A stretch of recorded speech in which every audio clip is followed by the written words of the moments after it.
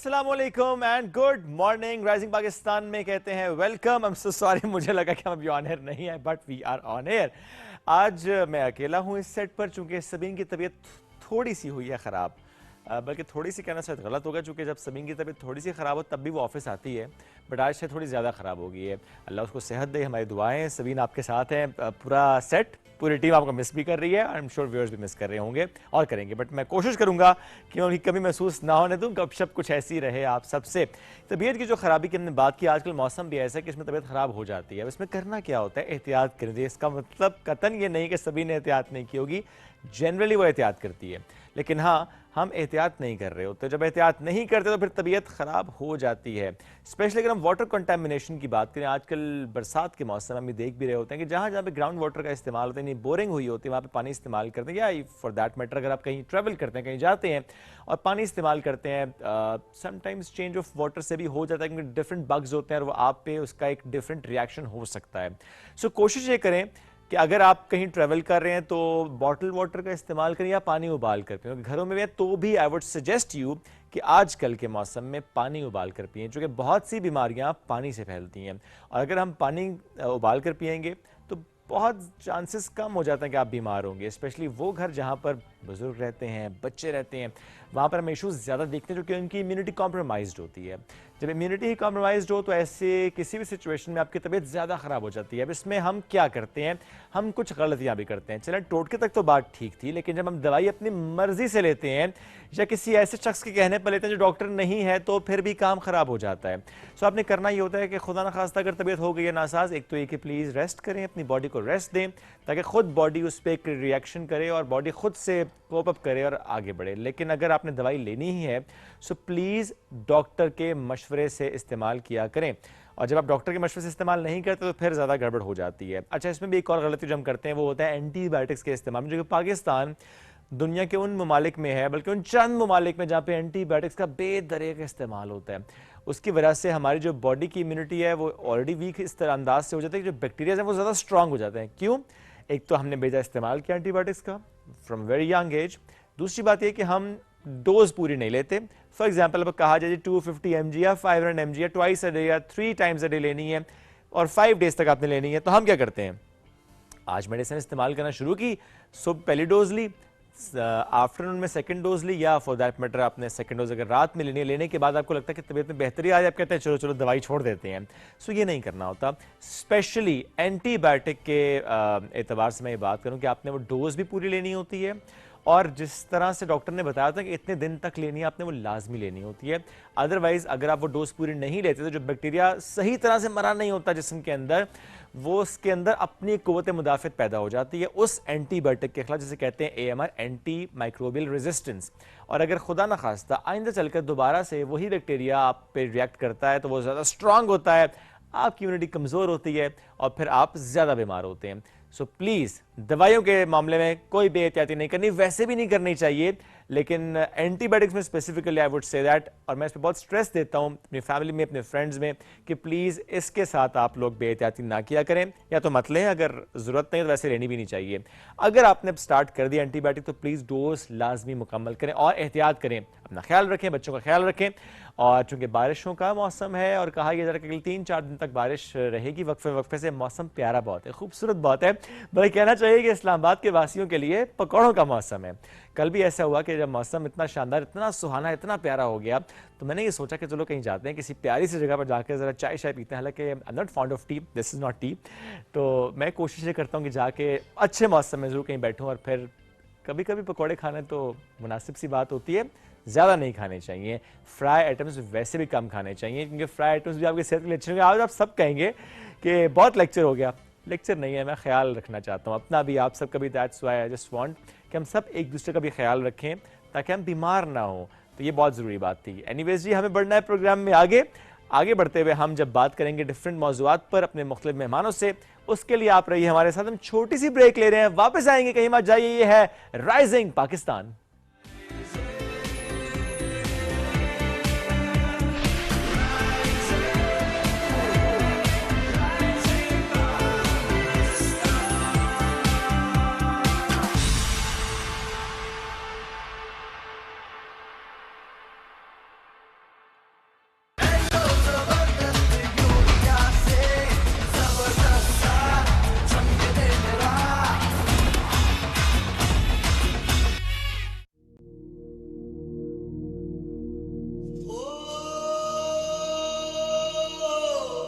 कोहे नमक का पहाड़ी सिलसिला एक तवील अर्ज़याती तश्कील है जो अमूदी चट्टानों, नोकीली चोटियों, लहराते हुए पहाड़ों और वीरान वादियों का मस्कन है।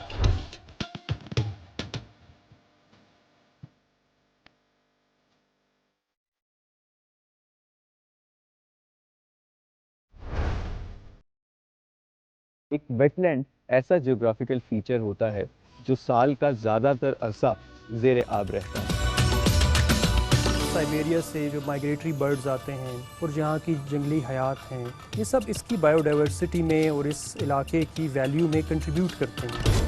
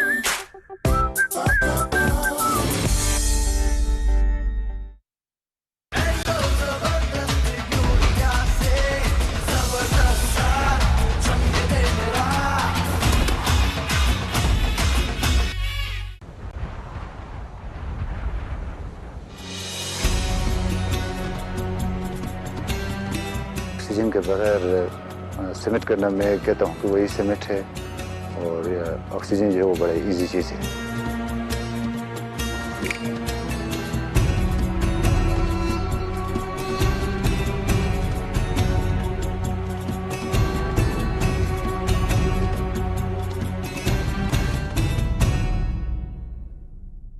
आज के प्रोग्राम में हम मौजूद हैं औलिया की सरजमीन मुल्तान।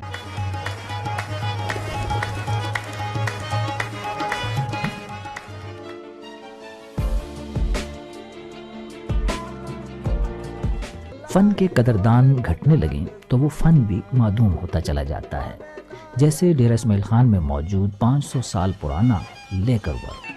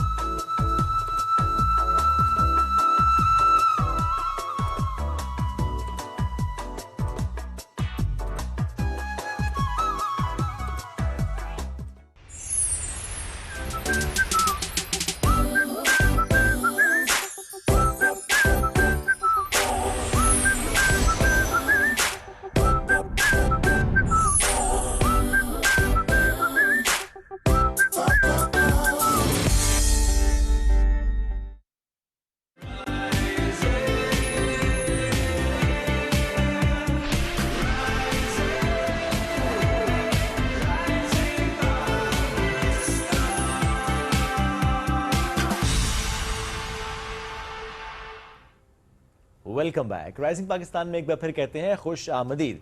ख़वातीन की मौशी खुद मुख्तारी, ये बहुत इंपॉर्टेंट टॉपिक है। हम आई थिंक डेली बेसिस पे गालिबन बात कर रहे होते हैं, क्योंकि पाकिस्तानी कॉन्टेक्स्ट में अगेन मैं ये बात करूँगा, इस पर स्ट्रेस दूंगा कि पाकिस्तान जिसकी हाफ पॉपुलेशन ख़वातीन पर मुश्तमिल है, अगर उन्हें ही हम ख़ुद मुख्तार नहीं बना रहे तो हम बहुत पीछे रहेंगे। अगर हमें आगे बढ़ना है और बहुत तेज़ी से बढ़ना है, जो कि बहुत ज़रूरी है पाकिस्तान के लिए इकनॉमिकली, तो उसके लिए बहुत ज़रूरी है कि हम ख़वातीन को एम्पावर्ड करें। अब उसके लिए पूरा एक इकोसिस्टम ये बहुत ज़रूरी होता है कि हर चीज़ ऐसी हो, इन्वायरमेंट ऐसा हो, कंड्यूसिव हो कि ख़वातीन को आगे बढ़ने के ज़्यादा से ज़्यादा मौके मिल रहे हों, एंटरप्रेन्योर्स हों, जॉब्स में, हर जगह पर। जब एक औरत फाइनेंशियली इंडिपेंडेंट होती है तो ना सिर्फ फाइनेंशियली इंडिपेंडेंट होती है बल्कि वो अपने फैसले भी खुद करती है। जब अपने फैसले खुद करती है तो आप यकीन जानिए बहुत बड़ा चेंज आता है। आज हम इस मौजू पे बात भी करेंगे, बिलखुसूस जब ख़वातीन की मौशी खुद मुख्तारी की हम बात करते हैं, वो माशरती तरक्की के लिए कितनी ज़रूरी है, वो सस्टेनेबल डेवलपमेंट के लिए कितनी इंपॉर्टेंट, यानी SDGs के लिए कितनी इंपॉर्टेंट है। इस मौजू पे बात करने के लिए जिस खातून ने हमें ज्वाइन किया है, उन्होंने 2 साल पहले एक इनिशिएटिव लिया था, फ़र्क पड़ता है। आज हम उनसे ज़रूर पूछेंगे कि कितना फ़र्क पड़ा, what was the idea behind that, कैसे वो काम कर रही हैं, कैसे ख़वातीन को वो एम्पावर कर रही हैं। हमें ज्वाइन कर चुके हैं मोमना सहर साहिबा, जेंडर डेवलपमेंट एक्सपर्ट हैं, उनको वेलकम करते हैं। अस्सलाम वालेकुम जी, कैसी हैं आप? Walaikum assalam. Thank you so much for the warm welcome. Thank you and so good to have you. Momna, जो आपका अपना इनिशिएटिव था, मैं जरूर चाहूँगा इससे हम आगाज़ करते हैं। What was the idea behind this? फ़र्क पड़ता है? So basically, it started off in our class. So I went to university in Islamabad. तो वहाँ पे हमारी एक जेंडर एंड मीडिया की इसी तरह क्लास हो रही थी, जहाँ पे डिस्कशन होते होते हमने ये बात रियलाइज़ की कि कई दफ़ा मीडिया में भी और जनरली भी जेंडर की कॉन्वर्सेशंस में एक टिल्ट है जहाँ पे हम औरतों को पीछे छोड़ के का ऑफन टाइम्स जा रहे हैं। उसकी वजह से me and a few other people in my class we decided कि this is something that we are passionate about and our voices matter. So it started with a podcast series. Basically हमने 5 episodes बनाई जिसमें हमने decode किया कि किस तरह देसी मीडिया में जो रिप्रेजेंटेशन है वो स्टीरियोटाइप्स को जन्म दे रही है इन रिगार्ड्स टू वुमेन। उस पॉडकास्ट सीरीज से हमें इतना बेहतरीन रिस्पॉन्स आया कि हमने सोचा कि हमें इसको एक फुल स्केल इनिशिएटिव में तब्दील करना है। That is how फ़र्क पड़ता है came into being, and ever since then we never looked back.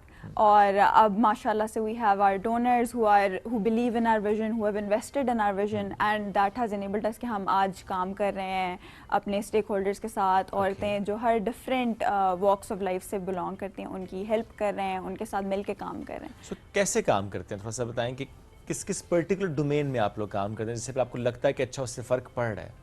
So basically फ़र्क पड़ता है का सबसे जो मेन मॉडल है वो है डिस्कशंस जनरेट करने का। वी रियली वांट कि स्पेशली यूथ वो take part in these discussions, वो अपने नैरेटिव्स लेकर आएँ। At least we are getting our voice out there. जब हमारी आवाज़ बाहर तक जा रही है, हमारे नैरेटिव्स पहुंच रहे हैं, तब we can think of solutions, तब we can think of the way forward. But जब तक औरतों के मसाइल ऐसे हैं जिनसे दुनिया आगा ही नहीं है या जिनकी तरफ हम ध्यान ही नहीं दे रहे, दुनिया आगा नहीं है, हम आगा नहीं, हम आगा नहीं हैं। एग्जैक्टली। और रिसर्च की भी कमी है। तो फ़र्क पड़ता है का जो मेन हमारा एम है थ्रू दिस इनिशिएटिव वो ये है कि हम सबसे पहले तो अवेयरनेस क्रिएट करें, बट सिर्फ अवेयरनेस तक बात ख़त्म नहीं होनी चाहिए। अवेयरनेस के बाद हमें उनके सोल्यूशंस भी साथ ही मिल के सोचने चाहिए कि हम सिर्फ छोड़ दें कि अब ये गवर्नमेंट का मसला है, ये तो NGOs का मसला है, बल्कि हम मेक श्योर करें कि हम खुद अपने सोल्यूशंस भी दे रहे हैं। अच्छा, इसमें थोड़ा सा मुझे समझाएं भी ये, आपके ख्याल में ज़्यादा मसला मिसोजिनी का है, इस सोच का है, इस माइंडसेट का जिसको हमने चेंज करना है?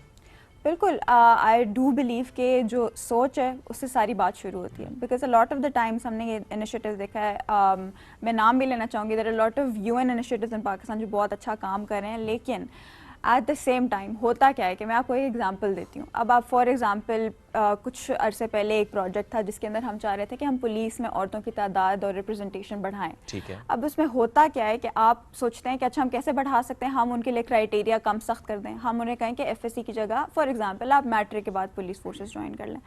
अब उसके साथ मसला क्या होता है कि जो मेल उनके काउंटर पार्ट्स हैं उनके अंदर एक सेंस ऑफ अनफेयरनेस आ जाती है, एक इनक्वालिटी। उनके दिमाग में ये होता है कि मे बी इनके लिए क्राइटेरिया लेस स्ट्रिक्ट है, तो may be they weren't deserving of this position. तो जब वो पुलिस फोर्स में चली जाती हैं, फॉर एग्जांपल किसी भी फील्ड में चली जाती हैं, तो ऐसा लगता है कि इनको तो फॉर ग्रांटेड ये चीज़ मिल गई है। इवन दो ये बहुत इंपॉर्टेंट है कॉन्सेप्ट समझने का, पॉजिटिव डिस्क्रिमिनेशन, कि जब आप डिस्क्रिमिनेशन इस वजह से करते हैं जब कोई सेगमेंट ऑफ सोसाइटी ऑलरेडी पीछे रह चुका होता है, तो उसको साथ लाने के लिए आपको ये डिस्क्रिमिनेशन करनी पड़ती है ताकि वो एटलीस्ट एक सेम ग्राउंड पे तो एक दफ़ा आ सकें। तो इसलिए मैं समझती हूँ कि जो मिसोजिनी है और जो हमारी लाइक बेसिकली थिंकिंग और अवेयरनेस की कमी है, इसकी वजह से हम जितने भी इनिशिएटिव्स कर लें, हम जितना भी औरतों की कोटा रख लें, हम जितने भी उनके लिए इनिशिएटिव्स कर लें, कोई इतना फ्रूटफुल नहीं आ सकता नतीजा जब तक हम सोच की तब्दीली ना लाएं। Very true. अच्छा, इसमें मुमना आपको लगता है कि सोच के कॉन्टेक्स्ट में सवाल करूँगा कि चाहे यूनिवर्सिटी यानी तालीमी इदारों की बात हम करें, चाहे हम किसी भी कॉर्पोरेट सेक्टर की बात करें, अगर एक लड़की के मार्क्स अच्छे हैं तब भी वो लड़के कहें वो लड़की है ना इसलिए मार्क्स अच्छे आए हैं उसके। आई mean that is the common sentence जो हम सुनते हैं, हमने अपने आसपास सुना है। और अच्छा, इसमें बड़े दुख और शर्म की बात है कि एज अ मेल पार्ट हम उसके डिनाई भी नहीं कर रहे होते, किसी को रोक भी नहीं रहे होते, हम उसे कुछ भी नहीं कह रहे होते। Same goes eight corporate sector और इन ऑफिस। जब भी खातून तरक्की कर रहे थे, किसी अच्छी पोजीशन पे जा रही होती, हम कहते हैं नहीं वो देखो वो तो खातून है ना। बिल्कुल ऐसे सिंपल सा जुमला बोलते हैं, नहीं बजाय इसके कि हम अपने स्किल सेट को इम्प्रूव करें, हम कॉम्पीट करें, हम आगे बढ़ें और अपने आप से कॉम्पीट करें, rather किसी और से हमने करना है। अपने आप को इतना अच्छा आपको करना चाहिए ताकि आप आगे बढ़ जाएं। लेकिन हमारे लिए अपनी कोताही छुपाने के लिए ये जुमला बड़ा आसानी से मिल गया क्योंकि वो खातून है। एग्जैक्टली जैसे आपने मेंशन किया, मिसोजिनी और जो ऐसी कॉन्वर्सेशन है ये हमारे डे टू डे कॉन्वर्सेशन का है। ये बातें मैं और आप कर रहे हैं, ऐसा नहीं है कि कोई किसी रूरल एरिया की बात है या लाजमी ये मसला किसी स्पेसिफिक सेगमेंट ऑफ सोसाइटी का है। ये हम सब औरतों का नहीं, एज अ ब्रॉडर सोसाइटी मसला है कि कई दफ़ा हम ऐसी बातें कह जाते हैं जिनका एक बहुत ब्रॉडर इफेक्ट है, Yes. पर हम ऐसे कैजुअली वो बातें। एजुकेशन की आपने बात की, इस पर मैं स्ट्रेस करना चाहूँगी कि कोई भी फील्ड हो ना, जिस तरह even as serious of fields as medical, doctor brides का जो फिनोमेना है पाकिस्तान में कि people are sending their kids to school, they are very passionate कि हाँ हमारी बेटी डॉक्टर बने, पर उसके पीछे आपका थिंकिंग क्या है? वो ये है कि वो इकोनॉमिक एम्पावरमेंट की तरफ जाए, ये बहुत रेयर देखा जाता है। ज़्यादातर थिंकिंग ये होती है कि चलो सिक्योर फ्यूचर हो जाएगा इन टर्म्स ऑफ रिश्ताज and like prestige, which I feel like ठीक है वो एक साइड प्रोडक्ट्स तो हो सकती हैं, पर main as a doctor, as prestigious as a department that it is, you should also think about कि उनकी economic independence है, एक welfare का काम है जो वो कर सकते हैं through Yes. this. अच्छा, बड़ी इंपॉर्टेंट बात आपने की कि वाकई ये सोच होना कि चूंकि सेफ प्रोफेशन फॉर खवातीन, बिल्कुल। फॉर वुमेन, हम ये वाकई बात करते हैं। जब हम छोटे थे तो बात होती थी या डॉक्टर या टीचर। बिल्कुल। अब ये बात है कि चलो चेंज हुआ, अब हमें हर फील्ड में खवातीन नजर भी आ रहे थे, लेकिन वाकई ये सोच है कि अच्छा ये प्रोफेशन सेफ फॉर वुमेन है, आई मीन ये भी तो एक सोच है। आई मीन हमारी तमाम डिस्कशन सोच पे आके रुक जाती है कि सोच का असल में इशू है, और ये सोच सिर्फ मर्दों की नहीं है। यानी ये तो हमारे अपने घरों में आप देख लें कि माएँ भी प्रोटेक्टिव हो रही होती हैं, हालांकि देखें वो एक औरत है, लेकिन वो जिस तरह से वो सोच रही हैं, I think she should be the barrier for that conversation. Exactly ये आइडिया सिर्फ ऐसा नहीं है कि मर्द प्रोपोगेट करें, बिल्कुल भी ऐसा नहीं है। एज अ ब्रॉडर सोसाइटी ये एम्बेडेड है, डीपली एम्बेडेड है, विच इज़ वाई ऐसा नहीं है कि पाकिस्तान में काम हो नहीं रहा। Obviously we are chipping at it, आहिस्ता आहिस्ता करके थोड़ा थोड़ा करके चेंज आ रहा है, पर एट द सेम टाइम जहाँ जैसे आपने बात की सोच की सारी बात है, और आपने इंट्रोडक्शन में बहुत इंपॉर्टेंट बात की, सारा जो आपने समराइज़ किया बेहतरीन तरीके से कि वुमेन एम्पावरमेंट की जब हम बात करते हैं तो वो सिर्फ एक औरतों के लिए नहीं है, उसका ब्रॉडर सोसाइटी पे इम्पैक्ट है। रिपोर्ट्स के मुताबिक UNDP की रिपोर्ट है जिसमें उन्होंने ये क्लेम किया कि 60% तक पाकिस्तान की GDP इम्प्रूव हो सकती है अगर हम सिर्फ अपना जेंडर गैप क्लोज करने की कोशिश करें। At the same time I want you to take a guess कि अभी as of present in the recent years औरतों की GDP में कितनी कंट्रीब्यूशन होगी in your opinion? I think maybe 5%। 1%। I was about to say 1%, पर मैंने जान के नहीं कहा क्योंकि मुझे लगा 1% बहुत थोड़ा हो जाएगा। बट ऐसा ही है, दिस इज द रियलिटी। तो अब आप इसमें मुझे कोई UNDP या किसी का रेफरेंस देने की भी जरूरत नहीं, बिकॉज आई फील कि कॉमन सेंस है कि अगर आप अपनी आधी आबादी को पीछे छोड़ देंगे तो फिर आप इकोनॉमिक प्रॉस्पेरिटी के ख्वाब देखिए 1% means it's almost nothing, it's almost nothing, negligible है, बिल्कुल नेग्लिजिबल है। और जो आपने बात की कि अगर हम उस जेंडर गैप को मिनिमाइज करते हैं 60% हमारी GDP ग्रोथ होगी, which is what that is required. Exactly, ये सारी अनटैप्ड पोटेंशियल है। तो इससे सिर्फ ये नहीं है कि हमने औरतों को कोई फेवर कर दिया, उनको हमने इकोनॉमिक स्पेसेस में जगह दे दी, ये हमने फेवर किया अपनी सोसाइटी के साथ, अपनी इकोनॉमी के साथ, अपने मुल्क के साथ इवेंचुअली। अच्छा, we have so many good examples as well. हम डिफरेंट डोमेन में खवातीन को आगे बढ़ता देख भी तो रहे हैं। वो खवातीन है जो चाहे स्पोर्ट्स हो, वो चाहे डिफेंस हो, डिफेंस फोर्सेज हो, so many other professions as well जहाँ पर खवातीन बहुत आगे माशाल्लाह बढ़ी हैं, उन्होंने नाम कमाया, बहुत से लोगों के लिए, बहुत से खवातीन के लिए रास्ता आसान भी किया है। सो आई थिंक हमें इन खवातीन जो कि हम हाईलाइट करते भी होते हैं टाइम टू टाइम, ज़्यादा हाईलाइट करना ये इंपॉर्टेंट फैक्टर है। What else we can do to improve this? So basically I believe के इम्प्रूव करने के लिए बहुत इंपॉर्टेंट है समझना पहले कि हमारे प्रॉब्लम्स हैं क्या, right? A lot of the times जो मैंने इनिशिएटिव्स देखे हैं, चाहे वो गवर्नमेंट की तरफ से हों, NGOs हों, प्राइवेट सेक्टर हो, या इवन अब as a household member अगर मैं कोई इनिशिएटिव लेती हूँ तो मैंने देखा है कि वहाँ पे ना हम किसी एक एस्पेक्ट पे प्राइमरीली फोकस कर रहे होते हैं। फॉर एग्जांपल हमने स्किल डेवलपमेंट कर लिया, हमने कहा ठीक है अब हम वर्कशॉप्स करा देते हैं, स्किल डेवलपमेंट हो जाएगा, लेकिन द थिंग इज़ के उन स्किल्स की फंक्शनैलिटी कितनी है जो वो औरतें यूटिलाइज कर सकती हैं। फॉर एग्जांपल अगर आपने किसी को कोई क्राफ्ट सिखा दिया है, राइट, आपने एक्सटेंसिव ट्रेनिंग हो गई है, नाउ यू हैव लेफ्ट, अब उन औरतों को क्या मार्केट का एक्सेस है? नहीं है। सो बेसिकली फंक्शनैलिटी से मैं आपको अपनी पर्सनल एग्जांपल दे देती हूँ। फॉर एग्जांपल आज सुबह मुझे आना था, I was very early in the morning, so obviously roads खाली हैं, ठीक है, तो अब my parents were telling me के they still treat me like a baby, तो they were like take your brother with you, ठीक है। वो मुझे कहने के अब घर में गाड़ियाँ भी हैं, ठीक है, रिसोर्सेज भी हैं, सब कुछ है, मुझे गाड़ी चलाने का स्किल भी आता है, सब है, लेकिन फंक्शनैलिटी अगर आप प्रैक्टिकली देखें तो is it possible for me कि मैं जा सकूँ, वो फ्रीडम मेरे पास है? नहीं है। तो फिर इससे हमें समझने की ज़रूरत है कि कई दफ़ा हम औरतों को रिसोर्सेज भी दे रहे होते हैं, उनको स्किल्स भी दे रहे होते हैं, पर उसका कोई फंक्शन नहीं हो पा रहा होता बिकॉज हमने उनको वो फ्रीडम ही उनके पास नहीं है। हमने ब्रॉडर सोशल इशूज़ को एड्रेस ही नहीं किया, उनके लिए सेफ स्पेसेस ही नहीं बनाई। तो इन सब इनिशिएटिव्स का एज सच कोई ब्रॉडर इम्पैक्ट नहीं हो सकता। मैं आपको एक एग्जांपल अपने काम से देना चाहूँगी। हरीपुर में वी वर ट्रेनिंग 200 वुमेन।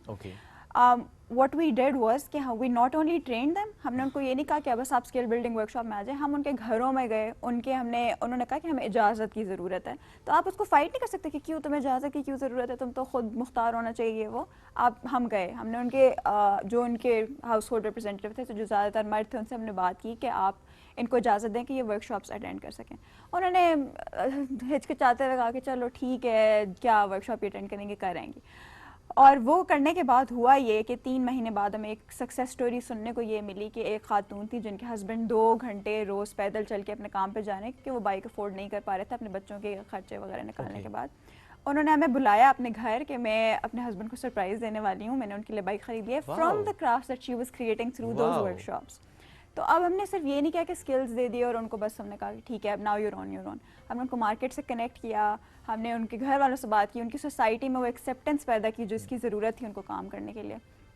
तो उससे हमें फ़ायदा क्या होता है कि ना सिर्फ उनके पास अब वो स्किल है, उनके जब घर वालों ने प्रॉस्पेरिटी देखी, इकोनॉमिक प्रॉस्पेरिटी देखी, उन्होंने देखा कि अच्छा इसमें कोई हर्ज नहीं है, तो उन्होंने उनको इस्लामाबाद एम्बेसी में भी आने दिया, अमेरिकन एम्बेसी में डिस्प्लेस पे भी आने दिया, एग्जीबिशंस पे भी आने दिया। पर इस सोच की तब्दीली में काफ़ी टाइम लगा, काफ़ी एफ़र्ट लगी और काफ़ी डिफरेंट डोमेन्स में एफ़र्ट लगी।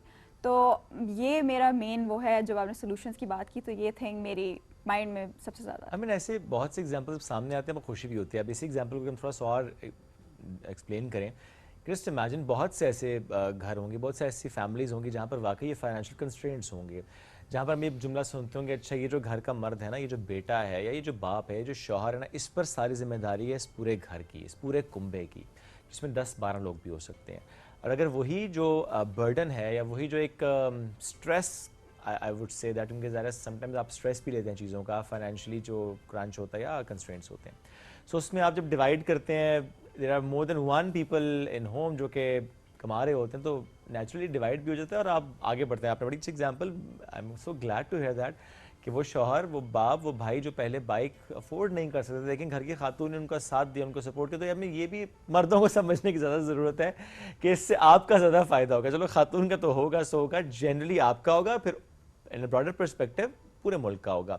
अच्छा, अब इसमें मैं ज़रूर चाहूँगा थोड़ा सा मुझे ये भी बताइएगा कि ऐसे में जो कल्चरल कंस्ट्रेंट्स आते हैं, ज़ाहिर पाकिस्तान है, उसमें हम डिफरेंट कल्चर्स हैं और हमें उनको रिस्पेक्ट भी करनी होती है। उस कल्चरल बैरियर को ब्रेक किए बगैर हमें ये बताना कि अच्छा इसका कतन मतलब ये नहीं है कि आपको कुछ चार दीवार का तकद्दुस पामाल हो जाएगा कि खातून काम करेगी, तो ये बात समझाना भी बड़ी ज़रूरी है, बिकॉज ज़रा कल्चरल बैरियर्स हैं, हमें उनको रिस्पेक्ट भी करनी है। तो how are you doing that? Exactly, I think it's very important. आपका initiative is only as productive as जितना आपने कंसिडर किया कि आप किस पॉपुलेशन की बात कर रहे हैं, राइट? अगर आप कोई भी मॉडल लेके आ जाते हैं और आप उसको अप्लाई करने की कोशिश करते हैं बगैर ग्रास रूट्स कम्युनिटी से बात किए, उनके पर्सपेक्टिव जाने, तो ये भी अनफेयर है उनके साथ। आपके ख्याल में तो शायद आप वुमेन एम्पावरमेंट के लिए काम कर रहे हैं या आप औरतों के लिए काम कर रहे हैं, पर उससे क्या होता है कि और ज़्यादा रेजिस्टेंस पैदा हो जाती है कम्युनिटी में। तो बजाय इसके कि औरतों की सपोर्ट में इजाफा हो, उल्टा उसके अगेंस्ट नैरेटिव्स जन्म लेना शुरू कर देते हैं। तो इसलिए जहाँ पे आपने बात की कि जो एक बंदा है उसके ऊपर सारा हाउस होल्ड बर्डन है वो शेयर हो जाता है, तो मैं एक बहुत इंपॉर्टेंट फाइंडिंग जो है वो ज़रूर शेयर करना चाहूँगी कि इट वाज फाउंड रिसर्च के थ्रू, और ये मल्टीपल रिसर्चेस कई मुल्कों में हो चुके हैं जो लोअर और मिडिल इनकम कंट्रीज़ हैं, पाकिस्तान की तरह, मैं वेस्ट की बात नहीं कर रही, जिनमें ये पता किया गया है कि जब भी उन्होंने कंट्री की डेवलपमेंट की बात की है ना, जैसे बांग्लादेश के हम एग्जांपल ले लेते हैं, पार्टीशन जब बांग्लादेश पाकिस्तान से अलग हुआ था तो तब उनकी पॉपुलेशन थी हमसे ज़्यादा, और आज उनकी काफ़ी परसेंटेज से उनकी पॉपुलेशन कम है, और उन्होंने क्या किया, उन्होंने ज़्यादातर काम किया है वुमेन एम्पावरमेंट पे, औरतों को खुद मुख्तार करने पे। ये एक डायरेक्ट को रिलेशन सामने आई है कि जब आप औरतों को एजुकेटेड एम्पावर्ड करते हैं तो they make more rational decisions in their house hold. वो एक एम्पावर्ड पोजीशन में होते हैं कि वो अपने घर के डिसीजंस भी ले सकें, और वो अपनी हेल्थ पे फोकस कर पाती हैं, एग्जैक्टली, वो फैमिली प्लानिंग पर अपना रोल प्ले कर पाती हैं, वो गाइड कर पाती हैं। And this is research which shows कि जब औरतों को ज़्यादा डिसीजन मेकिंग की पावर दी गई तो ज़्यादा पैसे खर्च हो रहे थे बच्चों की तालीम पे और उनकी हेल्थ पे। सो क्वांटिटी से ज़्यादा क्वालिटी पे फोकस होना शुरू हो गया था। वो अगर आप ब्रॉडर सोसाइटी में इसके इम्प्लीकेशंस देखें, अगर सारी माएँ इतनी खुद मुख्तार हों कि वो अपने घर के डिसीजंस ले रही हों, तो ये as a society, as a country हमारे लिए काफ़ी फ़ायदेमंद हो। एब्सोल्युटली। अच्छा, ये भी बड़ा इंपॉर्टेंट पॉइंट है। ठीक है, हम मोस्टली तो ये बात यही कोशिश करते हैं, अच्छा फाइनेंशियली इंडिपेंडेंट, ठीक है जी, वो एज एन एंटरप्रेन्योर या कुछ भी करके वो कमा रही है, वो घर में साथ दे रही है, बट हम क्या देखते हैं, उसका बैंक अकाउंट नहीं है। हम देखते हैं डिसीजन मेकिंग पावर उसकी नहीं है, पैसा उसने कमाया है जिस पे उसका ही हक है, लेकिन वो कहाँ लगाना है वो उसका फैसला शौहर तो कर रहे हैं, सो कर रहे हैं, उसके सास ससुर भी कर रहे हैं। ये भी हमने केसेस देखे हैं जहाँ पर लिटरली मुझे कुछ केसेस देखे तो वाकई मुझे शर्म महसूस है कि हो क्या रहना है सोसाइटी की, जहाँ पर ससुर ये कहता है, ये पूछता है कि अच्छा तुम्हारी तनख्वाह कितनी है और ये मैं डिसाइड करूंगी वो तनख्वाह कहाँ लगनी है। I mean who are you? Exactly, who are you? और ये तो हम उन औरतों की बात करें जिनके पास जॉब्स हैं, ठीक है, जो एम्पावर्ड हैं, पढ़ी लिखी हैं, लेकिन उनके पास पे भी ऑटोनॉमी नहीं है। फॉर एग्जांपल ऑलरेडी औरतों की तादाद जो लैंड ओनर्स हैं वो बहुत कम है, लेकिन उन लैंड ओनर्स में से भी कितनी औरतें हैं जो उस ज़मीन के बारे में डिसीजन भी ले सकती हैं कि मैंने बेचना है, मैंने इसके ऊपर कुछ उगाना है, नहीं कर सकती। इवन दो एग्रीकल्चरल सेक्टर में अगर हम देखें तो ज़्यादा औरतें काम कर रही हैं फील्ड में, लेकिन वो डिसीजन मेकिंग की पावर में नहीं है। तो दैट्स वेरी राइट कि इट्स रियली इंपॉर्टेंट कि हम औरतों को जहाँ पे उनके लिए सबसे ज़्यादा ज़रूरी है कि आप उनके लिए डॉक्यूमेंटेशन ईजियर करें। अब इवन सिम कार्ड ज़्यादातर आपके भाई के नाम पे, अबू के नाम पे, तो माइक्रो फाइनेंसिंग जो ऑनलाइन बैंकिंग है, इजी पैसा हो गया, ये सब भी उनके लिए एक्सेसिबल नहीं है। तो वो यही है कि अगर वो कोई छोटा बिजनेस भी कर रही हैं, एंटरप्रेन्योर्स भी हैं, तो वो कह रही हैं कि इजी पैसा मेरे भाई के अकाउंट में कर दें। अब फिर एक गेट कीपर बीच में आ गया है जिससे उनको परमिशन की ज़रूरत है, जिस पर वो डिपेंडेंट है, इवन इफ स्किल उनका अपना है, मेहनत उनकी अपनी है। It's very true. आपको लगता है कि अर्बन और rural challenges are different? I think ये चैलेंज ना ब्रॉडर एक्सेस का ही है। एक्सेस अब डिफरेंटली ट्रांसलेट होता है जब अर्बन और रूरल में हम बात करते हैं। अर्बन में फॉर एग्जांपल तो हमारे एक्सेस के इशूज ज़्यादा एग्जैजरेटेड होते हैं समटाइम्स, कि ठीक है उनको कई दफ़ा इजाज़त ही नहीं मिल रही, राइट।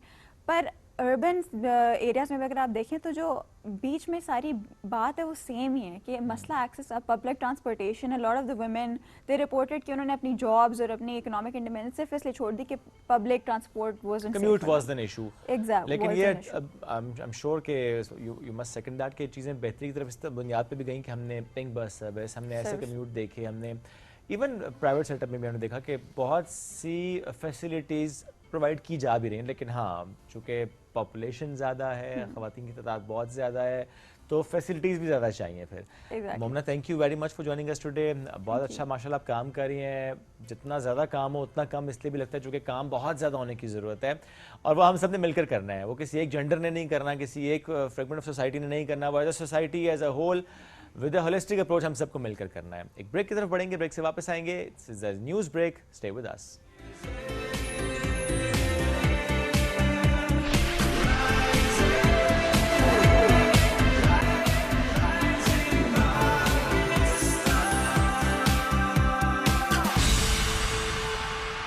बताएं कि यू आर फ्रॉम पाकिस्तान, तो वो जो उनकी आंखों की चमक होती है, वो जो उनका एक अंदाज होता है, वो बता देता है कि वो कितनी मोहब्बत करते हैं पाकिस्तान से। बिल्कुल सही कह रहे हैं। एक्चुअली देखा जाए दुनिया में वाहिद मुल्क है जहाँ पाकिस्तानियों की इतनी इज्जत है कि आप सोच भी नहीं सकते। पाकिस्तानियों को दुनिया में जो वक़ार है वहाँ पर तुर्की में, दुनिया में किसी और मुल्क में वो नहीं। पाकिस्तानियों को जिसे कह सकते हैं, हम 74 की भी बात करें, बचपन में मैंने वहाँ पर गुजारा था, तो उस वक्त ये साइप्रस की जंग हुई थी, तो साइप्रस की जंग में पाकिस्तान ने तुर्की की बहुत मदद की थी। उस मदद की वजह से उन लोगों ने पाकिस्तान जो है जब पहली दफ़ा गए थे तो उन लोग होटल में ठहरे, यहाँ ठहरे, किसी किस्म की कोई जो है वो पेमेंट वगैरह नहीं ली थी कि एज ए आप पाकिस्तानी हैं, आपने हमारी बड़ी मदद की। आप शुरू होगा कि सल्तनत उस्मानिया, खिलाफत उस्मानिया में भी पाकिस्तानियों ने बड़ी खिदमत की हुई है। वो कभी भी तुर्क जो है पाकिस्तान की खिदमत को कभी भी फरामोश नहीं करते। वो कहते हैं कि हमेशा हमारा एक ही मुल्क ऐसा है जो हमेशा बैक हमें करता है, हमेशा जब भी हमें ज़रूरत पड़ती है वो हमारे पीछे होता है, हमारी पुष्ट पर होता है और हमारा मुकम्मल तौर पर साथ देता है। आपको पता होगा कि बैनुल-अक़वामी सतह पर भी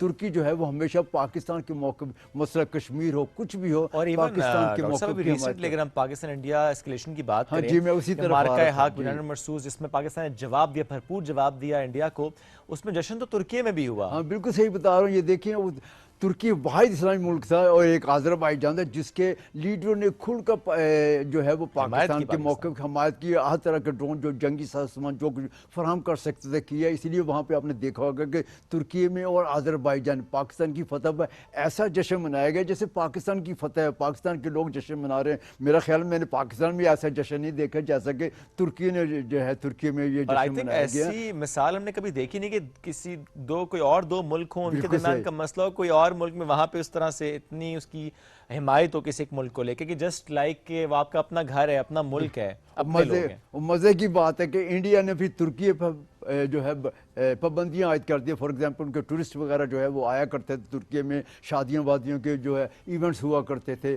उनकी जो मार्बल बाकी जो बरामदात थी उस पर बैन लगा दिया हिंदुस्तान ने कि तुर्की में हम टूरिस्ट। यानी इंडिया ने हमेशा वही किया जो वो करता है कि वो ऐसे ही स्टेप्स लेता है, ऐसे ही ओछे हथकंडे अपनाता है, और अभी भी जो उसने किया। तो क्या तुर्की को इससे फर्क पड़ेगा? हाँ नहीं, तुर्की देखिए तुर्की ने खुलकर पाकिस्तान की मदद की। उसको पता है कि हालांकि हमारे हिंदुस्तान के साथ बहुत अच्छी ट्रेड है, लेकिन इसके बावजूद वो कहते हैं हमारे लिए पाकिस्तान इंपॉर्टेंट है, हम पाकिस्तान के लिए जिसे कहते हैं कि जान दे सकते हैं, पाकिस्तान के लिए जो कुछ करना चाहते हैं वो हम करके दिखाते हैं और दुनिया को पे साबित करते हैं कि वाकई पाकिस्तान हमारा साथ। जिस तरह पाकिस्तान ने हमेशा जो हमारे जो है गुर्बत में जिस मुश्किल मसाइल में हमारा साथ दिया, अब हमारे पे ये कर्ज है कि हम पाकिस्तान का साथ दें। इसलिए वो हमें वो किसी किस्म की परवाह किए बगैर दुनिया के बैन-अल-अक़वामी प्लेटफॉर्म पर हमेशा खुलकर पाकिस्तान की हमायत करता चला आ रहा है। As a friend, as a brother, Turkey is doing that. अच्छा, थोड़ा सा किताबों पे भी आएंगे। मैं इससे पहले किस किताब पे हूँ, वो जो उर्दू और तुर्की ज़बान की डिक्शनरी आपने कंपाइल की, थोड़ा सा मुझे बताएं कि what was the idea behind that. हाँ, एक्चुअली वो जो है डिक्शनरी जो है वो बहुत पहले तकरीबन 10-12 साल पहले जब ये कंप्यूटर इतना जिसे वास्ट इस्तेमाल नहीं हो रहा था। अच्छा। अब तो आप ट्रांसलेशन अब तो इजी हो गया, ऑनलाइन अब कर तो किसी और मुल्क में जाए तो फोन से बात कर लेते हैं, यार ये मैंने लिखा है, ये मैंने पढ़ा है, तो ट्रांसलेशन आपको मिल जाती है कि ये। लेकिन उस वक्त ऐसा कोई नहीं था, उसे मैंने इसको तैयार किया था। और तुर्की उस वक्त जो पाकिस्तान के सदर आसिफ जरदारी पहले दौर के सदर थे और तुर्की के सदर अब्दुल्ला गुल थे, उन दोनों ने मिलकर इस किताब की ये डिक्शनरी की जो है वो लॉन्चिंग की थी। ये मेरे लिए एजाज़ था कि दो ममालिक के सदूर उन्होंने मिलकर जो है वो इस लुगत की जो है वो इसकी लॉन्चिंग सेरेमनी में हिस्सा लिया था और मेरे लिए बहुत बड़ा माशाल्लाह। और आपने तो तुर्की लैंग्वेज में पीएचडी भी की? हाँ जी, मैं अभी तक वाहिद पाकिस्तानी जिसने तुर्की ज़बान में पीएचडी की हुई है। और यही वजह है कि वहाँ के सदर अर्दवान जब भी पाकिस्तान आते हैं तो उनके एज ए ट्रांसलेटर के तौर पर मैं जो है खिदमत फराहम करता हूँ। मेरे एक और भी साथी हैं, लेकिन आम तौर पर मैं जो ज़्यादा दफ़ा उनके साथ एज ए ट्रांसलेटर के तौर पर आया हूँ। वो पाकिस्तान से जो भी जो डेलीगेशन जाता है, प्राइम मिनिस्टर जाता है, प्राइम मिनिस्टर शहबाज शरीफ में बड़ी अच्छी तरह मुझे जानते हैं। एज ए ट्रांसलेटर जो है मैं उनके साथ जब वो पंजाब के वज़ीर आला थे उस वक्त से काम करता चला आया हूँ और ये सिलसिला जो है आज भी जारी है। फिर तो आपने बहुत की पर्सनैलिटीज़ के बहुत करीब रहकर काम किया है। जी हाँ जी, बहुत बेहतर तौर पर आप उनको समझते हैं।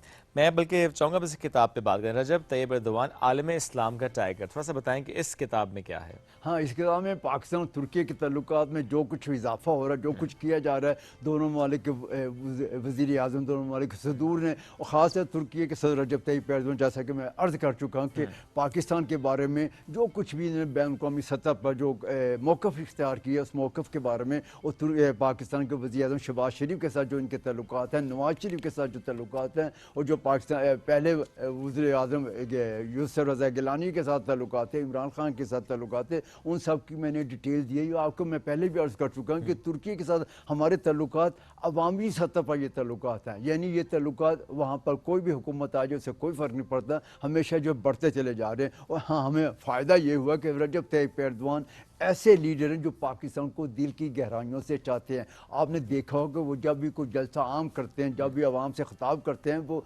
पाकिस्तान के कौमी शायर अल्लामा मोहम्मद इकबाल के लाजमी तौर पर इशार को पेश करते हैं तुर्की ज़बान में। वो क्योंकि तुर्क अवाम भी अल्लामा मोहम्मद इकबाल को बहुत पसंद करते हैं और वो अवाम को जिसे कहते हैं कि दिल मोल लेने के लिए इन इशार को पेश करते हैं और वहाँ जिसे वो गर्म खून जो है गरमाते हैं। इस तरह वो पाकिस्तान के साथ अपनी गहरी मोहब्बत का इजहार भी कर जाते हैं और ये भी अवाम को बताते हैं कि पाकिस्तान हमारा जो दोस्त है, सही मायने में दोस्त है, मुश्किल वक्तों का दोस्त है। ये सारी मैंने किताब में उनके जो बिहेवियर, पाकिस्तान के बारे में जो नुक्ता नज़र है तुर्की पाकिस्तान मुल्क ताल्लुकात में जो कुछ भी ऊंच नीच आती जा रही, जो फ़रोग पाते जा रहे हैं, इस तरह जो भारत के साथ कशीदगी, सब कुछ जो है मैंने इस किताब में जो है वो पेश किया। अब इंशाल्लाह बहुत जल्दी आजकल में जो है वज़ीर-ए-आज़म हाउस में जो है इस किताब की जो है वो लॉन्चिंग होगी इंशाल्लाह। जी हाँ। अच्छा, जो कि कई बार आपकी मुलाकात हुई रजब तैयब एर्दोगान से, मैंने पहले भी कहा कि आपने बहुत करीब के साथ काम किया, कोई ऐसा जुमला, कोई ऐसी बात, कोई ऐसा वाक़या जो आपको लगता है कि आप कोट कर सकते हैं यहाँ पे कि अच्छा that is something to be shared, वो क्या है? वो कोई जुमला भी हो सकता है, कोई लफ्ज़, कोई रिएक्शन हो सकता है, किसी भी सिचुएशन में उनकी कोई बात हो सकती है। हाँ, वो एक चीज़ तो कहते हैं, मैं दुनिया के साथ हमारे ताल्लुकात हैं, लेकिन हम दुनिया के साथ ताल्लुकात एक तरफ रखते हैं और पाकिस्तान के साथ ताल्लुकात एक तरफ रखते हैं। पाकिस्तान के लिए हम जो अपनी जान भी देने के लिए तैयार हैं, ये जो चीज़ है आप किसी दुनिया के किसी लीडर से नहीं सुनेंगे कि दुनिया एक तरफ और पाकिस्तान एक तरफ। यानी पूरी दुनिया को वो एक निगाह से देखना और पाकिस्तान के लेंस बिल्कुल सेपरेट। हाँ, ये वो आप देखिए, सिर्फ तुर्की के साथ रजब तैयब एर्दोगान का बिहेवियर नहीं, ये अवाम का भी बिहेवियर है, अवाम के साथ भी इसी तरह है। वो भी पाकिस्तान को एक तरफ एक नज़र से, क्योंकि उनके पता है हमेशा से थ्रू आउट जो है वो पाकिस्तान के अवाम, पाकिस्तान की हुकूमत हमेशा जो है वो तुर्की की मदद को करती चली है। हमारे वहाँ पर जब ज़ल्ज़ला आया, वहाँ पर खिलाफत मूवमेंट, जैसा कि मैं अर्ज़ कर चुका हूँ, फिर साइप्रस की जंग में सिर्फ पाकिस्तान ही वाहिद मुल्क था जो तुर्की की मदद की थी। फिर वहाँ पर आपको पता होगा कि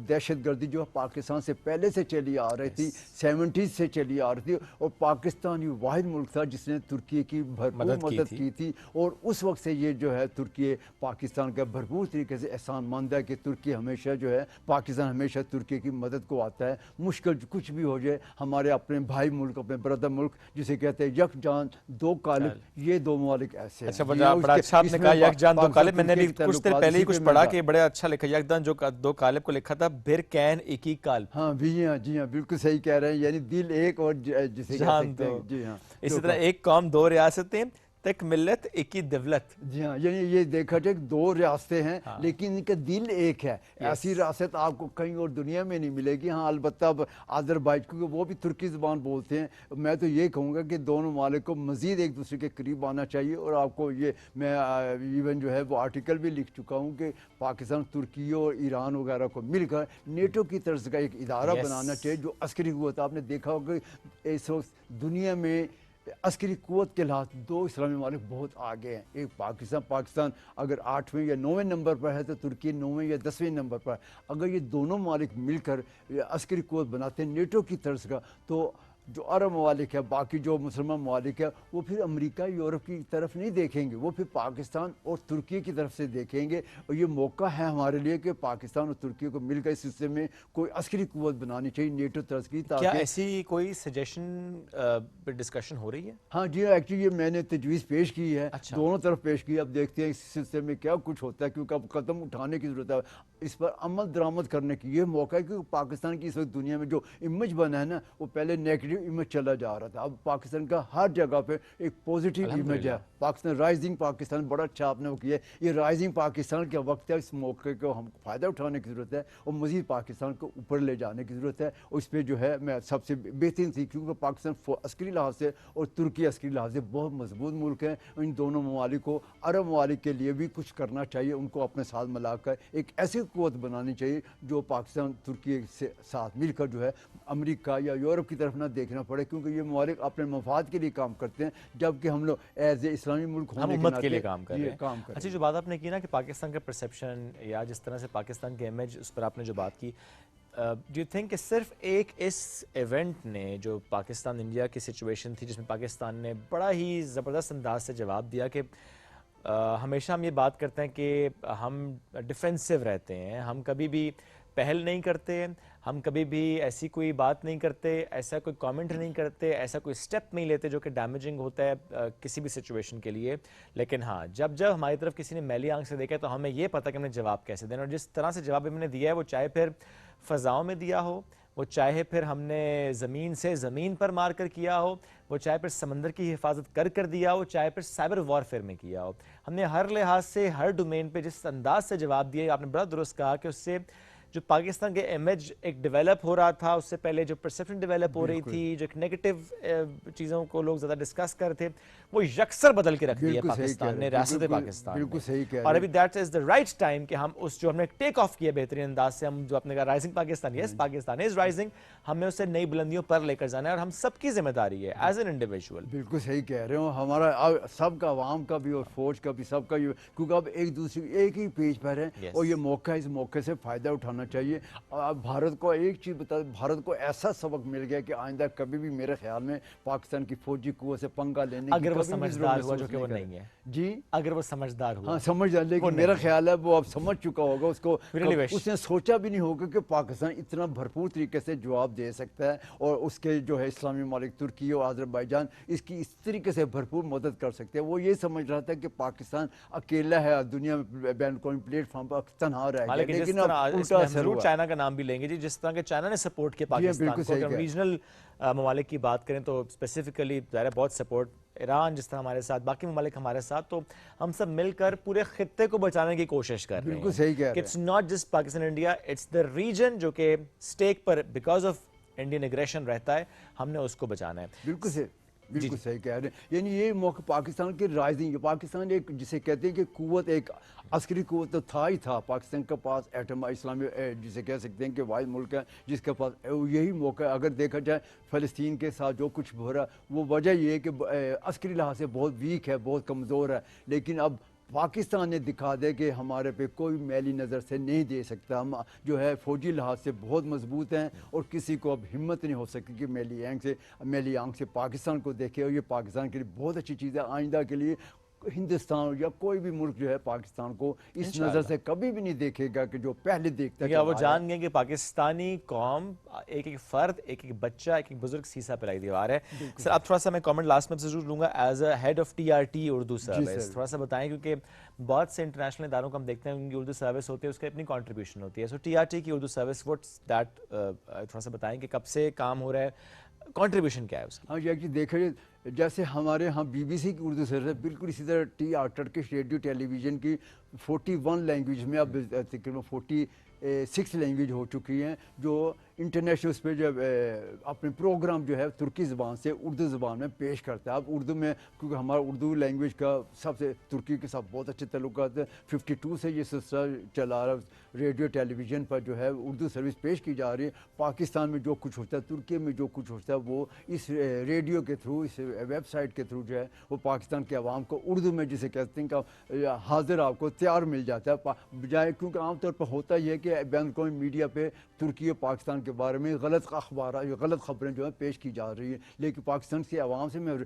कहूँगा, रिक्वेस्ट करूँगा कि डायरेक्ट अगर आपने तुर्की के बारे में सही खबर लेनी तो आपको सही जो खबर देने वाला इदारा है वो तुर्की का TRT है, आपके लिए उर्दू सर्विस पेश करे। उर्दू सर्विस से भरपूर फ़ायदा उठाएँ और आपको जो अल्फाज वगैरह होते हैं, फॉर एग्ज़ाम्पल पाकिस्तान में अर्दगान कहा जाता है, हालांकि वो अर्दगान नहीं, वो अर्दवान है, दो इसी तरह के जो मुख्तलिफ नाम है। फॉर एग्ज़ाम्पल जमील लिखना हो तो वो जमील J से नहीं लिखते, वो C से लिखते हैं, क्योंकि वो पढ़ा जाता है। इस तरीके से अल्फाज वगैरह जो है उनकी जो अदायगी की जाती है, वो अदायगी के बारे में सही भरपूर शक्ल से TRT उर्दू सर्विस से आप जो है उसका फ़ायदा उठा सकते हैं, उसके बारे में नॉलेज हासिल कर सकते हैं। तुर्की पाकिस्तान के रिलेशन में क्या कुछ हो रहा है, पाकिस्तान में क्या डेवलपमेंट हो रही है, तुर्की में क्या डेवलपमेंट हो रही है, ये सब कुछ अब TRT उर्दू में आप देखेंगे। और हमारा मकसद भी यही, दोनों मालिक को एक दूसरे के करीब लेकर आना, TRT उर्दू सर्विस के। And that's how you are doing that sir, thank you very much. आप साथ मौजूद थे, बहुत ज़बरदस्त काम आप माशाल्लाह कर रहे हैं, और अभी जो आप इस किताब की जो रुनुमाई ब्रदर जो इसको प्रॉपर आपने करना है लॉन्च, वो भी रिसेंटली इन फ्यू डेज हो जाएगी। इसके लिए sir wish you all the best. उसके अलावा भी जो बहुत अच्छा काम माशाल्लाह करेंगे, क्योंकि आप रेगुलरली लिखते भी हैं अखबार में कॉलम निगार के तौर पर, वो भी बड़ा अच्छा काम, और जो आपने पाकिस्तान और तुर्की के अवाम को करीब करने में अपना रोल प्ले किया, it's commendable sir, thank you very much. बहुत शुक्रिया, आप यहाँ मौजूद थे। नाज़रीन, हम एक ब्रेक की तरफ बढ़ना है, ब्रेक से वापस आएंगे, रहिए हमारे साथ। ये है राइजिंग पाकिस्तान।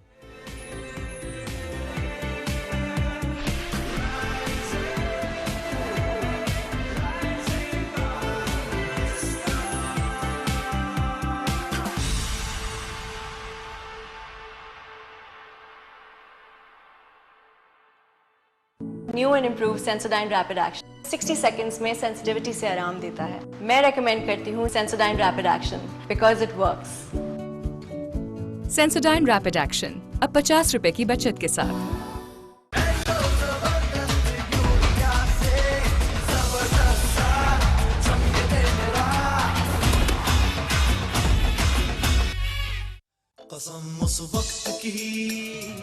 मार्के हक यौम आजादी पर पीटीवी के ज़ेरे तमाम मिली नगमों का मुकाबला 14 अगस्त को 14 लाख रुपए नग जीतने का शानदार मौका। अगर आपके नगमों में मार्के हक का जोश और आजादी की महक है तो अपने बेहतरीन मिली नगमों के वीडियोस 5 अगस्त तक हमें भेजें। मुंतखब मिली नगमे 1 अगस्त से 14 अगस्त तक पीटीवी पर नशर किए जाएंगे। वतन से अपनी मोहब्बत के गीत भेजने के लिए पीटीवी की वेबसाइट ptv.com.pk विजिट करें, सॉन्ग कंपटीशन पर क्लिक करें और फॉर्म पुर करके अपने मिली नगमे का गूगल ड्राइव या वी ट्रांसफर लिंक सबमिट करें या पीटीवी की वेबसाइट पर फॉर्म डाउनलोड करके पुर करें और ईमेल के जरिए अपने गाने का लिंक भेज दें। पहले 3 बेहतरीन नगमों का ऐलान 14 अगस्त को किया जाएगा। पहला इनाम 7 लाख रुपए, दूसरा इनाम 4 लाख रुपए और तीसरा इनाम 3 लाख रुपए। याद रखें, वीडियो भेजने की आखिरी तारीख 5 अगस्त है।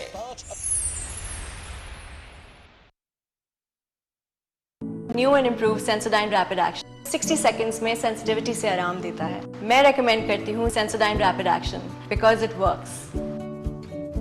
सेंसोडाइन रैपिड एक्शन अब 50 रुपए की बचत के साथ।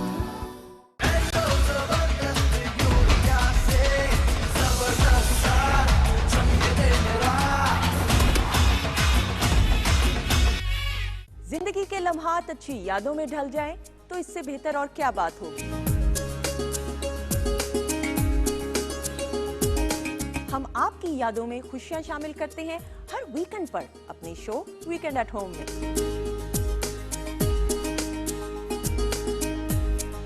इसमें आपको सितारों की चाल से लेकर हेल्थ टिप्स, मजेदार पकवानों की रेसिपी और दीगर मुफीद मालूमात भी फराहम की जाती है। और आपकी मुलाकात कराई जाती है नामवर स्टार्स से।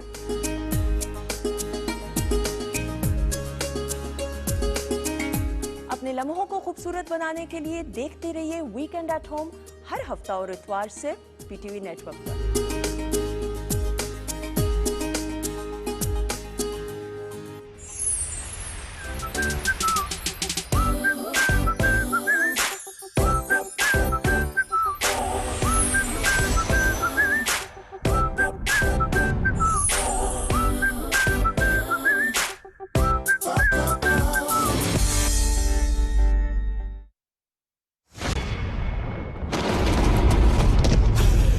और उसके खिलाफ अगर आइंदा कोई जाल बिछाने की कोशिश की तो तुम्हारा वो हशर करूंगा कि तुम मुझसे जिंदगी की भीख मांगोगे। हम दोनों भाई इन खंजरों की धार की तरह तेज हो गए हैं, दुश्मन को आसानी से काट सकते हैं। अब लड़ाई नागुज़ीर है।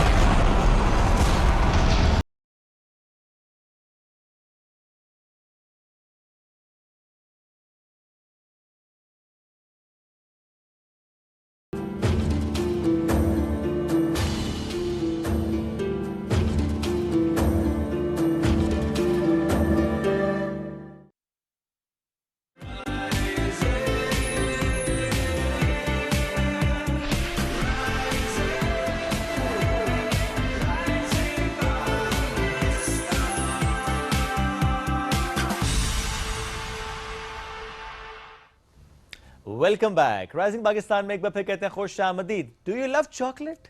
If the answer is no, where are you living? That's my question. क्योंकि चॉकलेट सबको पसंद होती है, मुझे तो बहुत ज़्यादा पसंद है, बल्कि मेरे अक्सर दोस्त मुझे कहते हैं तुम तो बच्चों की तरह चॉकलेट के दीवाने हो। अभी मेरी खाला चूँकि आजकल आई हुई है यूके से, और वो भी बड़ी ज़बरदस्त चॉकलेट्स लेकर आई हैं, तो जब भी कोई बाहर से आता है ना तो आपको ज़्यादा खुशी चॉकलेट्स की हो रही होती है। सो मेरा भी कोई अगर दोस्त, कोई फैमिली मेम्बर बाहर से आता है, मैं कहता हूँ और कुछ लाओ ना, चॉकलेट्स ज़रूर ले आना। So chocolates I mean that depends on your mood कि आपको डार्क चॉकलेट पसंद है, आपको मिल्क चॉकलेट पसंद है, वाइट चॉकलेट पसंद है, आपको हेज़लनट फ्लेवर वाली पसंद है, कौन सी पसंद है। रिसेंटली मैं अभी जब मलेशिया में गया तो वहाँ पे मैं एक फैक्ट्री मैंने विजिट की, और वहाँ पर मुझे जाके मालूम हुआ कि अच्छा इतनी ज़्यादा वैरायटी चॉकलेट्स की, जिसमें एक स्पाइसी चॉकलेट भी थी। आई मीन वो वाकई स्पाइसी चॉकलेट थी, एंड आई वाज लाइक ये भी होती है यहाँ पे। सो बहुत सी वैरायटी होती है, लेकिन आज जो हमारा मौज़ू है वो ये है कि चॉकलेट आपके मूड को कितना अच्छा करती है, चॉकलेट की कितने हेल्थ बेनिफिट्स हैं। चॉकलेट चूंकि कोकोआ से बनती है, अच्छा उसका अगर आपने कभी दरख्त देखा या उसका फल देखा कोकोआ कि कैसे कोकोआ से चॉकलेट बनती है, तो वो एक बड़ा मजे का प्रोसेस होता है। आज हम इस मौजू पे बात भी करेंगे, लेकिन इसके साथ साथ हम आज बात करेंगे हॉस्पिटल मैनेजमेंट या हॉस्पिटैलिटी जो इंडस्ट्री है उससे मुतालिक, इसके कैरियर से मुतालिक भी हम बात करेंगे। पाकिस्तान में ये इंडस्ट्री कितनी ग्रो कर रही है, कितना इस बूम में, कितना इसमें पोटेंशियल है। बहुत से इदारे काम कर रहे हैं, बहुत से बच्चे जिनको शौक होता है हॉस्पिटैलिटी इंडस्ट्री में जाने का, वो कैसे इसमें अपना करियर परस्यू कर सकते हैं, इस पर बात करेंगे। लेकिन will start with chocolate. Okay, so हमारे साथ मौजूद सुरखाब तारिक शेफ भी हैं। इसके अलावा जिस तरह से वो ट्रेनर के तौर पर खिदमत सर अंजाम दे रहे मुख्तलिफ इंस्टीट्यूशंस में, नेशनल असेसर भी, यानी कहीं पर भी हॉस्पिटैलिटी मैनेजमेंट का अगर कोई एग्जाम होगा तो शील बिदवान जो कि कंडक्ट कर रही होंगी, तो शी इज अ की पर्सन इन दैट।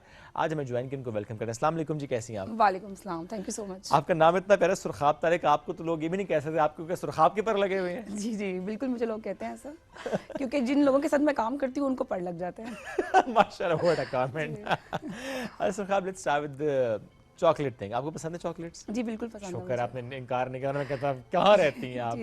तो चॉकलेट में डार्क चॉकलेट कहते हैं, इसके बड़े बेनिफिट्स होते हैं, आपके हेल्थ बेनिफिट्स होते हैं, क्या क्या फायदे होते हैं? वैसे बेसिकली हमें डार्क चॉकलेट ही खानी चाहिए और डेली कंज्यूम भी करनी चाहिए। जो डार्क चॉकलेट होती है, एक तो वो आपके मूड को स्विंग करती है, दूसरा है कि आपकी इवन देन अगर अक्सर लोग बोलते हैं कि चॉकलेट खाने से बंदा मोटा होता है या वेट गेन होता है हमारा, तो बिल्कुल उनका रॉन्ग कंसेप्शन है। आप बिल्कुल इस बात को भूल जाएं, बल्कि चॉकलेट खाने से आपका वेट जो है वो नॉर्मलाइज होगा, आप बहुत अच्छी आपकी हेल्थ ग्रोथ होगी। और सबसे इंपॉर्टेंट चीज़ ये कॉग्निटिव लर्निंग के ऊपर बहुत काम करती है। आपका दिमाग जो है वो तेज़ करती है, आपका जो है स्टमक के ऊपर बहुत अच्छे इफेक्ट छोड़ती है। इसके अलावा अगर आप चॉकलेट खाते हैं तो आप बहुत इंटेलिजेंट हो जाते हैं। चॉकलेट खाएं पर दवाई समझ के। जी, और एंजॉय भी करें इसको। एंजॉय तो करें ही सो करें। अच्छा, अब बात कर लेते हैं कि हम अक्सर बात करते हैं कि चाय के बड़े फायदे हैं, लेकिन अगर मिल्क उसमें ऐड ना किया हो, कॉफ़ी के बड़े फायदे हैं कि मिल्क ऐड ना किया हो, क्योंकि हमारी सारी बात हो जाती है जी हम उसमें दूध और चीनी ऐड करते हैं तो उसके बेनिफिट्स हमने कम कर दिए। क्या चॉकलेट के साथ भी ऐसा है कि जब डार्क चॉकलेट में हमने मिल्क ऐड कर दी या कोई और चीज़ ऐड कर दी तो उसके बेनिफिट्स कम हो जाते हैं? ऑब्वियसली शुगर कंटेंट के अकॉर्डिंग आप चीज़ों को देख लें, क्योंकि कहा जाता है कि जो वाइट शुगर है वो वाइट पॉइजन का काम करती है ऑब्वियसली। और उसके साथ अगर हम चॉकलेट के अंदर जितने भी इंग्रेडिएंट्स ऐड कर रहे होते हैं, ऑब्वियसली आपको पता है कि प्रिजर्वर्स जो होते हैं वो हमारी बॉडी के लिए बहुत हार्मफुल होते हैं, और उसके अकॉर्डिंग हम उसके जो डिफरेंट चीज़ें बना रहे होते हैं उसके साथ भी हम एडिंग कर रहे होते हैं चीज़ों की ना, प्री मिक्सर्स होते हैं वो ऐड कर रहे होते हैं, वो हमारे लिए हार्मफुल है। लेकिन अगर हम डार्क चॉकलेट लेते हैं डेली, और इसकी ये भी है मसला, ये भी है कि आपको आदत भी पड़ जाती है। हाँ, क्योंकि इसके अंदर आपको पता है कि फिर ऐसे एलिमेंट्स हैं जो आपको यूज्ड हो जाते हैं। जब प्रिजर्वेटिव्स ऐड होते हैं तो? नहीं, जब आप डार्क चॉकलेट्स खाते हैं। मैं वाकई सोचता कि मुझे क्यों इतनी आदत है, मुझे क्रेविंग हो जाती है। लिटरली मतलब होता है लोगों के घरों में ना कि अच्छा बच्चों के लिए चॉकलेट्स आती हैं यार, बच्चों के लिए रखती जाती हैं, तो हमारे यहाँ घर में ये होता है कि वो चॉकलेट्स आती हैं तो मेरे बच्चों के लिए मिलकर आते हैं ना, हम अपना शेयर रख लेते हैं, मेरा शेयर तो मैं छेड़ना नहीं है इसको। सो मुझे क्रेविंग होती है चॉकलेट्स। अच्छा, कुछ स्पेसिफिक चॉकलेट्स होती है कि मुझे बहुत ज़्यादा क्रेविंग होती है कि अब मुझे खानी ही खानी है, और मोस्टली रात के टाइम पे। I don't know why, but चले हर बंदे का वो टाइम कभी हो जाता है ना कि आप जिस टाइम पे खा रहे होते हैं उस टाइम आपको दोबारा दिल कर रहा होता है। ये भी होता है। ये भी हो सकता है। हाँ, ये भी होता है। अब कितनी चॉकलेट खाई जा सकती है एक दिन में? नहीं, वो आप जो है ना अकॉर्डिंग टू आप जो अपनी हाइट के अकॉर्डिंग भी होता है, वेट के अकॉर्डिंग भी होता है, लेकिन 1 स्लाइस एनफ आपके लिए। ऐसा नहीं है कि चॉकलेट बहुत कंज्यूम कर लेनी है तो वो भी हार्मफुल हो जाती है। अच्छा, वैसे में जो चॉकलेट केक्स होते हैं, chocolate tarts, for that matter desserts में चॉकलेट का जो हम इस्तेमाल करते हैं वो भी इक्वली बेनिफिशियल होता है?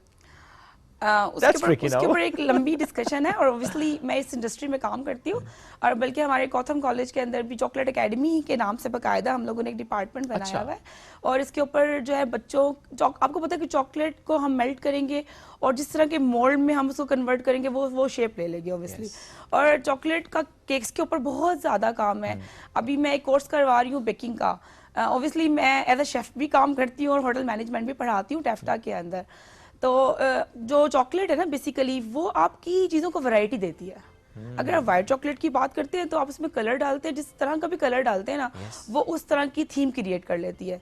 आप व्हाइट चॉकलेट के साथ जो है हम बटर क्रीम भी बनाते हैं, व्हाइट चॉकलेट के साथ हम जो है चॉकलेट केक्स भी बनाते हैं, लेकिन आप अगर डार्क चॉकलेट की बात करते हैं तो चलो वो तो डार्क केक हो बन जाता है, लेकिन व्हाइट चॉकलेट से तो हम बहुत सी वेरिएशंस करते हैं। और शेफ का नाम ही वेरिएशन करना है, तो दुनिया में जो खूबसूरती है, जो मजे हैं वो स्वीट्स के साथ ही हैं। अरे वाह, उसके बगैर तो आपका दस्तरखान अधूरा है। आपकी फेवरेट चॉकलेट डार्क चॉकलेट ही है?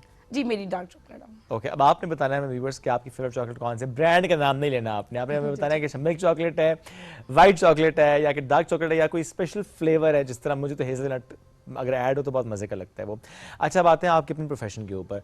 पाकिस्तान में हमने रिसेंट ईयर्स में देखा है कि हॉस्पिटल मैनेजमेंट होटल मैनेजमेंट जो है बहुत इसमें हमने बूम देखा है, इस इंडस्ट्री को हमने बहुत ग्रो होते देखा है और बहुत प्रोग्रेस करते देखा है। इसमें व्हाट आर द फैक्टर्स जो कि इन्वॉल्व रहे आपके ख्याल में? मैं आप लोगों ने मुझे इधर बुलाया, इस लिहाज से भी मैं कुछ अवेयरनेस भी दूंगी, क्योंकि अवेयरनेस बहुत ज़रूरी है। मेरी मदर भी शो देख रही है इस टाइम पे, शी इज़ इन यूएसए, माशाल्लाह, और उन्होंने उस टाइम पे मुझे बहुत ज़्यादा रोका था इस इंडस्ट्री में जाने से। और ओबियसली मेरी थोड़ी फैमिली में डॉक्टर्स ज़्यादा है, इस तरह इंजीनियर्स, तो उन्होंने मुझे बोला था when you are doing masters in English literature, so why are you doing this that. So I said to my mother, एक दिन ऐसा आएगा कि मुझे ना कोई शो पे बुलाएगा और उधर मैं बोलूंगी कि मैंने बहुत अच्छा काम किया इस इंडस्ट्री में और मैंने बहुत अच्छा नाम बनाया है, और हर लड़की या किसी भी लड़की या लड़के के लिए कोई भी जो इंडस्ट्री होती है वो गलत नहीं होती है। आप कितने अच्छे तरीके से उसको इज्जत देते हैं और वो इंडस्ट्री किस तरह आपको इज्जत देती है। तो मामा मुझे शो पे बुला लिया और ऑब्वियसली मैंने काम किया इंडस्ट्री के अंदर। मैं ये कहना चाहूँगी कि लड़कियों के लिए बहुत अच्छी इंडस्ट्री है और लड़कों के लिए भी, और रैपिडली ग्रो कर रही है। आप बिलीव करें, मुझे दुख भी होता है अपने कंट्री के लिहाज से। पैट्रियोटिक हम लोग ऑब्वियसली पैट्रियोटिज्म हमारे अंदर है ऑब्वियसली, लेकिन हम लोग उसके ऊपर काम नहीं करते हैं। जैसा कि अब इंडिया को देख सकते हैं आप लोग कि वो लोग कितना ज़्यादा आगे जा रहे हैं। इसके अलावा बहुत सी कंट्रीज ऐसी हैं जो हॉस्पिटैलिटी मैनेजमेंट के ऊपर काम करके ही पूरा मुल्क अपना रन कर रहे हैं, रेवेन्यू जनरेट कर रहे हैं। And we have that potential as well. लेकिन मैं उससे पहले वाला कमेंट कर दूं कि आंटी देख लें, वो उन्होंने जो कहा था ना वो कर दिखाया है, तो she made it to Rising Pakistan. माशाल्लाह। अच्छा, थोड़ा सा बताएं कि एफएससी के बाद या कितने साल बाद अपनी डिग्री, फॉर दैट मैटर आपने चाहे इतनी एजुकेशन अगर कर ली, दैट्स द बेसिक रिक्वायरमेंट क्या होनी चाहिए? और इसमें भी डिफरेंट फॉर श्योर स्पेशलिटीज होती होंगी जिसमें लोग आगे जाते होंगे, लेवल्स हैं ना, तो थोड़ा सा गाइड करें जो इस वक्त यंगस्टर्स हमें देख रहे हैं, जो पेरेंट्स देख रहे हैं कि अच्छा किस तरफ के बच्चों को लेकर जाएं जहाँ पे पोटेंशियल भी ज़्यादा है। एक तो ये है कि पहले हम लोग ऐसा करते थे, जब हम लोगों की, आपको पता है कि डेथ रेट बहुत नीचे आता जा रहा है, जैसे हम दुनिया आगे की तरफ जा रही है, ऐसे ही फास्ट हो रही है, उतना टाइम कम हो रहा है। तो पहले हम लोग मास्टर्स किया करते थे 21 इयर्स की एज में, या 25 इयर्स तक हम पढ़ते ही रहते थे, उसके बाद हम जॉब ढूंढते थे, फिर लोगों की शादियां हो रही होती थी। ऑब्वियसली अभी ऐसा ही है कि अभी बहुत ज़्यादा एक्सपेंस इंक्रीज़ हो चुके हैं, और जो बच्चे मैट्रिक कर रहे हैं, हम लोग मैट्रिक के बाद इवन के टैफ्टा को बहुत रिकमेंड करूँगी मैं, नेफ्टेक को बहुत रिकमेंड करूँगी। ये लोग बच्चों को बहुत चीप प्राइस के ऊपर, यानी कि फ़ीस के ऊपर कोर्स करवा रहे हैं। गवर्नमेंट बहुत अच्छा काम कर रही है इसके ऊपर, और गवर्नमेंट ने अभी ऐसे कोर्सेज़ करवाए हैं। मैं मोस्टली वो कोर्सेज़ लेती हूँ जो मतलब कि पेड नहीं होते, बच्चे जो है फ्री में वो कोर्स कर रहे होते हैं, और आप वैसे ही कोर्स कर रहे होते हैं, उसके फ़ौरन बाद हम बच्चों की इंटरव्यूज़ करवाना शुरू कर देते हैं। इवन देन टैफ्टा में मैं भी काम कर रही हूँ, जीसीटी कॉलेज रावलपिंडी के अंदर, और मॉर्निंग में इस टाइम पे मैं कॉलेज में ही होती हूँ। तो उधर हम बच्चों को ना मिडल में भी कोर्सेज करवा रहे हैं। इवन देन जी, मिडल के बच्चों को जो लोग अंडर मैट्रिक हैं। अब ये भी बताती चलूँ, ऑब्वियसली हमारे यहाँ जो इंग्लिश लर्निंग का प्रोसेस है वो बहुत ज़्यादा स्लो है, और हम लोग अभी तक वो ही ग्रामेटिकल रूल्स के अंदर हुए में इंडल्ज हुए में हैं, और हम लोग कंटिन्यूसली नेटिव स्पीकर्स की तरह तो बात नहीं कर सकते, लेकिन नॉर्मल भी हम बात नहीं करते उतना ज़्यादा। लेकिन अगर जो बच्चे अपनी लैंग्वेज को इम्प्रूव कर लेते हैं और जो इंग्लिश लैंग्वेज के ऊपर काम करते हैं, अगर वो मिडिल क्लास मिडिल अपनी पूरी कर चुके हैं पढ़ाई और मैट्रिक नहीं भी किया हुआ, तो उनके लिए भी जॉब अपॉर्चुनिटीज बहुत ज़्यादा है। और इसके अलावा पाकिस्तान के अंदर बहुत से, I will not take the name of the brands because अभी शो में नहीं ले सकती, लेकिन बहुत से इंटरनेशनल ब्रांड्स हैं जिन्होंने, हमारी भी नथिया गली में परसों मैंने देखा, बहुत 100 कमरों का होटल था, और वो इसके अलावा स्कर्दू में उन्होंने बनाया है। इसके अलावा और बहुत से ब्रांड्स हैं जो इस्लामाबाद में आपको मिल जाएंगे। एयरपोर्ट के पास बहुत से इंटरनेशनल ब्रांड्स आ रहे हैं। ऑब्वियसली मेरी उनके साथ मीटिंग्स भी हो चुकी हैं, और अभी उन्होंने ना मतलब स्टार्टअप लेना है, उससे पहले ही जो होता है ना कि वो अपना सेटअप बना लेते हैं पूरा। तो उनके साथ भी हमारी बिल्कुल एक बातचीत चलती रहती है बच्चों के लिहाज से भी, कि हमने उनकी जॉब्स करवानी है और किस तरह फर्दर। इसमें ना अपॉर्चुनिटी एक नहीं है। अब हॉस्पिटैलिटी का मतलब ये, it's act of kindness and welcoming the guest and work on the basic needs. Basically देखा जाए तो रोटी कपड़ा मकान है। तो लॉजिंग इंडस्ट्री है बेसिकली। अगर आप घर के अंदर रहते हैं तब भी आप बिजनेस कर सकते हैं, अगर आप घर से बाहर निकलते हैं और आपके पास एक literally you have just dhaba here, आपके पास एक ढाबा है, आप उसे बहुत अच्छा बिजनेस कर सकते हैं, आप यूट्यूबर बन सकते हैं। आप लोगों ने करके दिखाया है। ऑब्वियसली आपको पता है आजकल तो मतलब जो चाय बना रहे हैं उन लोगों ने भी इतना ज़्यादा ये चीज़ की है कि वो लोग इतना आगे पहुंच गए हैं। तो हम लोग तो इसके साथ फूड को भी रिलेट करते हैं और लॉजिंग इंडस्ट्री को भी रिलेट करते हैं। अगर हम फूड की बात करते हैं एज अ शेफ़, जब मैंने फर्स्ट टाइम कोर्स किया था तो उस टाइम पे ना शेफ़ का कोर्स था और कलनरी मैंने पढ़ा था, कलनरी आर्ट मीन अब अक्सर लोग पूछते हैं शेफ़ क्या है और कलनरी आर्ट क्या है। कलनरी आर्ट ये होता है कि हम प्लेटिंग कैसे करते हैं, टेबल सेट कैसे हो, ऑब्वियसली हम उसको आर्ट कैसे, एक फूड को आर्ट में कैसे कन्वर्ट करते हैं, हम उसको कार्विंग की तरफ कैसे लेके जाते हैं। अब एक दाल चावल है आपको मिलते हैं ढाबा होटल पे और वही चावल आपको मिलते हैं 5 स्टार होटल में, वो सिर्फ टेबल सेटअप का डिफरेंस होता है। हाँ हाइजीन मेंटेन होती है ऑब्वियसली, लेकिन इट डजंट मैटर कि आप किचन में जाकर नहीं देख रहे कि हाइजीन कौन मेंटेन कर रहा है कौन नहीं कर रहा, लेकिन ऑब्वियसली इंडस्ट्री है तो उसके ऊपर चेक एंड बैलेंस तो होगा। लेकिन ऐसा नहीं है कि ये जो केक हम बना रहे हैं घर के अंदर या कोई बड़ी इंडस्ट्री बना रही है वो कोई डायनासोर के अंडों से बना रही है या हम कोई चिकन के अंडों से बना रहे हैं, लेकिन all depends on the setup. अच्छा, लेकिन उसमें ना कुछ वीडियोस भी आते हैं, मुझे कुछ मीम्स याद आएंगे जी। वो आपने बात की ना कंपैरिजन की, ढाबे से आपने अच्छा लिया जी ये दाल, सॉरी ये चावल के ऊपर दाल, अच्छा उसी के या यूँ करते हैं कि चलो समोसे पे आ जाते हैं। आपने किसी भी रेडी से जाकर समोसा लिया, उसने आपको पैकेट में समोसा रख के दे दिया, आपने समोसा खा लिया। लेट्स सपोज, मुझे नहीं है इस वक्त पता एग्जैक्टली वो समोसा कितने का है, लेट्स अज्यूम कि वो 20 रुपीज़ का है, तो चले 40 कर लें, ये ना मुझे लोग कहेंगे नहीं मिलता इतने का। सो वो आपने समोसा लिया और आपने खा लिया, उसके अगेंस्ट वही समोसा एक 5 स्टार तो नहीं, चलो मैं 3 स्टार पे चला जाता हूँ।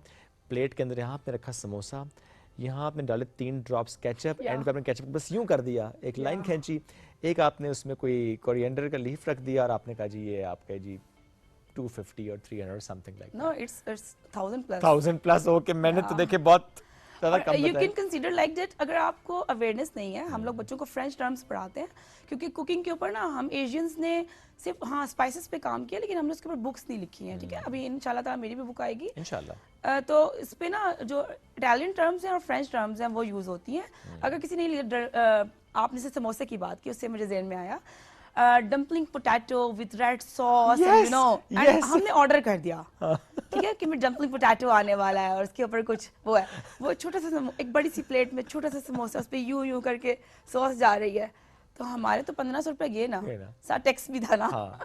तो ऑब्वियसली ये अवेयरनेस भी बहुत ज़रूरी है। अगर हम लोग जॉब नहीं भी करते, मैं तो ये बात बोलती हूँ कि किसी ने जॉब नहीं भी करनी तब भी वो ये कोर्स करे, क्योंकि आपको पता है food is a love language. It is love language, बहुत से लोगों की लव लैंग्वेज फूड है, ऑब्वियसली हर बंदे की होती है। आपको पता है कि ये सिर्फ इंसानों के लिए बात नहीं की मैंने, ऑल लिविंग बींग्स के लिए बात कर रही हूँ मैं। ये सब जितने भी आप अगर जानवरों को खाना डालना शुरू कर दें, आप परिंदों को डालना शुरू कर दें, वो आपको पहचानना शुरू कर देंगे, और उसी खाने को आपने तरतीब देना है, तहजीब से रखना है। और आपको पता है एथिकली वेज जितना हमें इस्लाम सिखाता है, हमारा मजहब हमें सिखाता है, कोई भी चीज़ हमें नहीं सिखा सकती। एब्सोल्युटली। तो आप ये देखें कि आप उसी से कमा सकते हैं, ये पूरा एक प्रोफेशन है।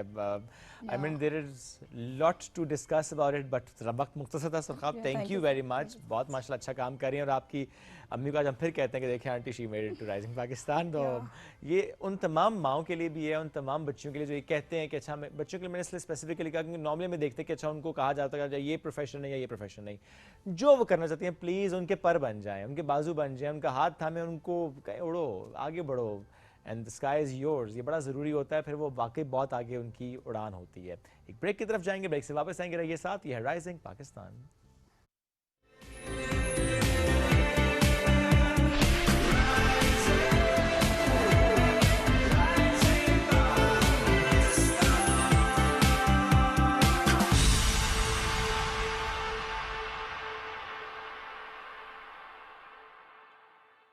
New and improve Sensodyne rapid action 60 seconds में सेंसिटिविटी से आराम देता है। मैं रेकमेंड करती हूँ Sensodyne rapid action because it works.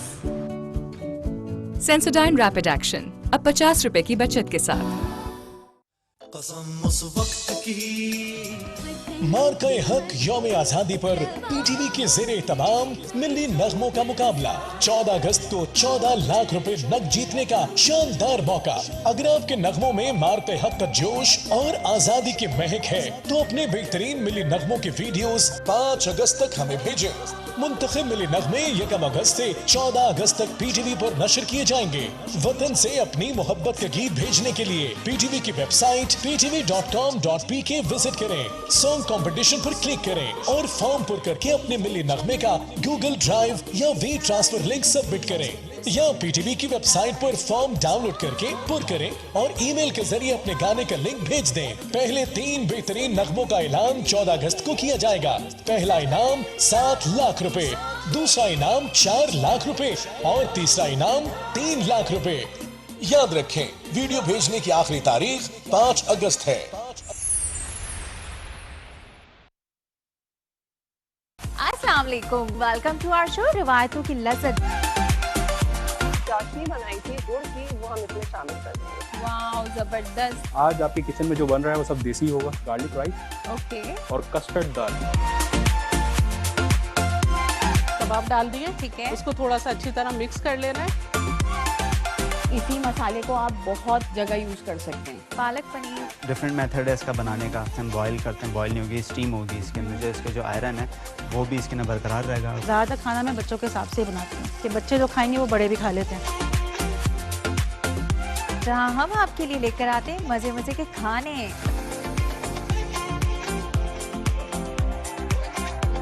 खाना पका रहे हो, दरवाजे से पता चल जाती है कि जरूर कुछ अच्छा पक रहा है। हाँ, सिर्फ खाने नहीं बल्कि रिवायती खाने। लोबिया जो है वो बच्चों को कैसे खिलाई जाए। इसके कबाब बना लिए। कबाब जो है वो ऐसी डिश है जो बच्चे हर फॉर्म में खा लेते हैं। लजीज खाना जो होता है उसकी खुशबू से ही पता चल जाता है कि कितना मजे का खाना वो होगा। आज हम बना रहे हैं फ्राइड मोमोज। स्टीम ज्यादातर लोग पसंद करते हैं। खाना अच्छा नहीं पकाना आता तो आपका सारा काम बेकार हो जाता है। तो देखना मत भूलिएगा रिवायतों की लज़्ज़त सिर्फ और सिर्फ पीटीवी होम पर।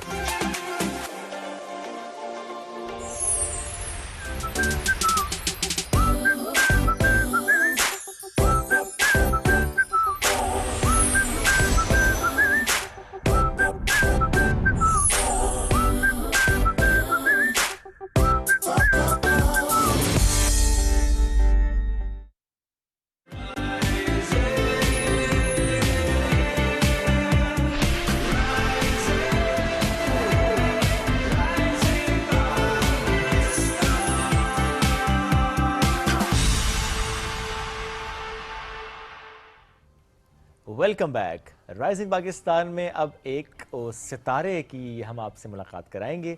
और जब हम कहते हैं ना सितारे की मुलाकात, तो आप समझ जाते हैं कि मोस्टली चूँकि हम बात करते हैं ऐसी इंडस्ट्री की जहाँ पर बड़े चमकते दमकते सितारे में नज़र आते हैं।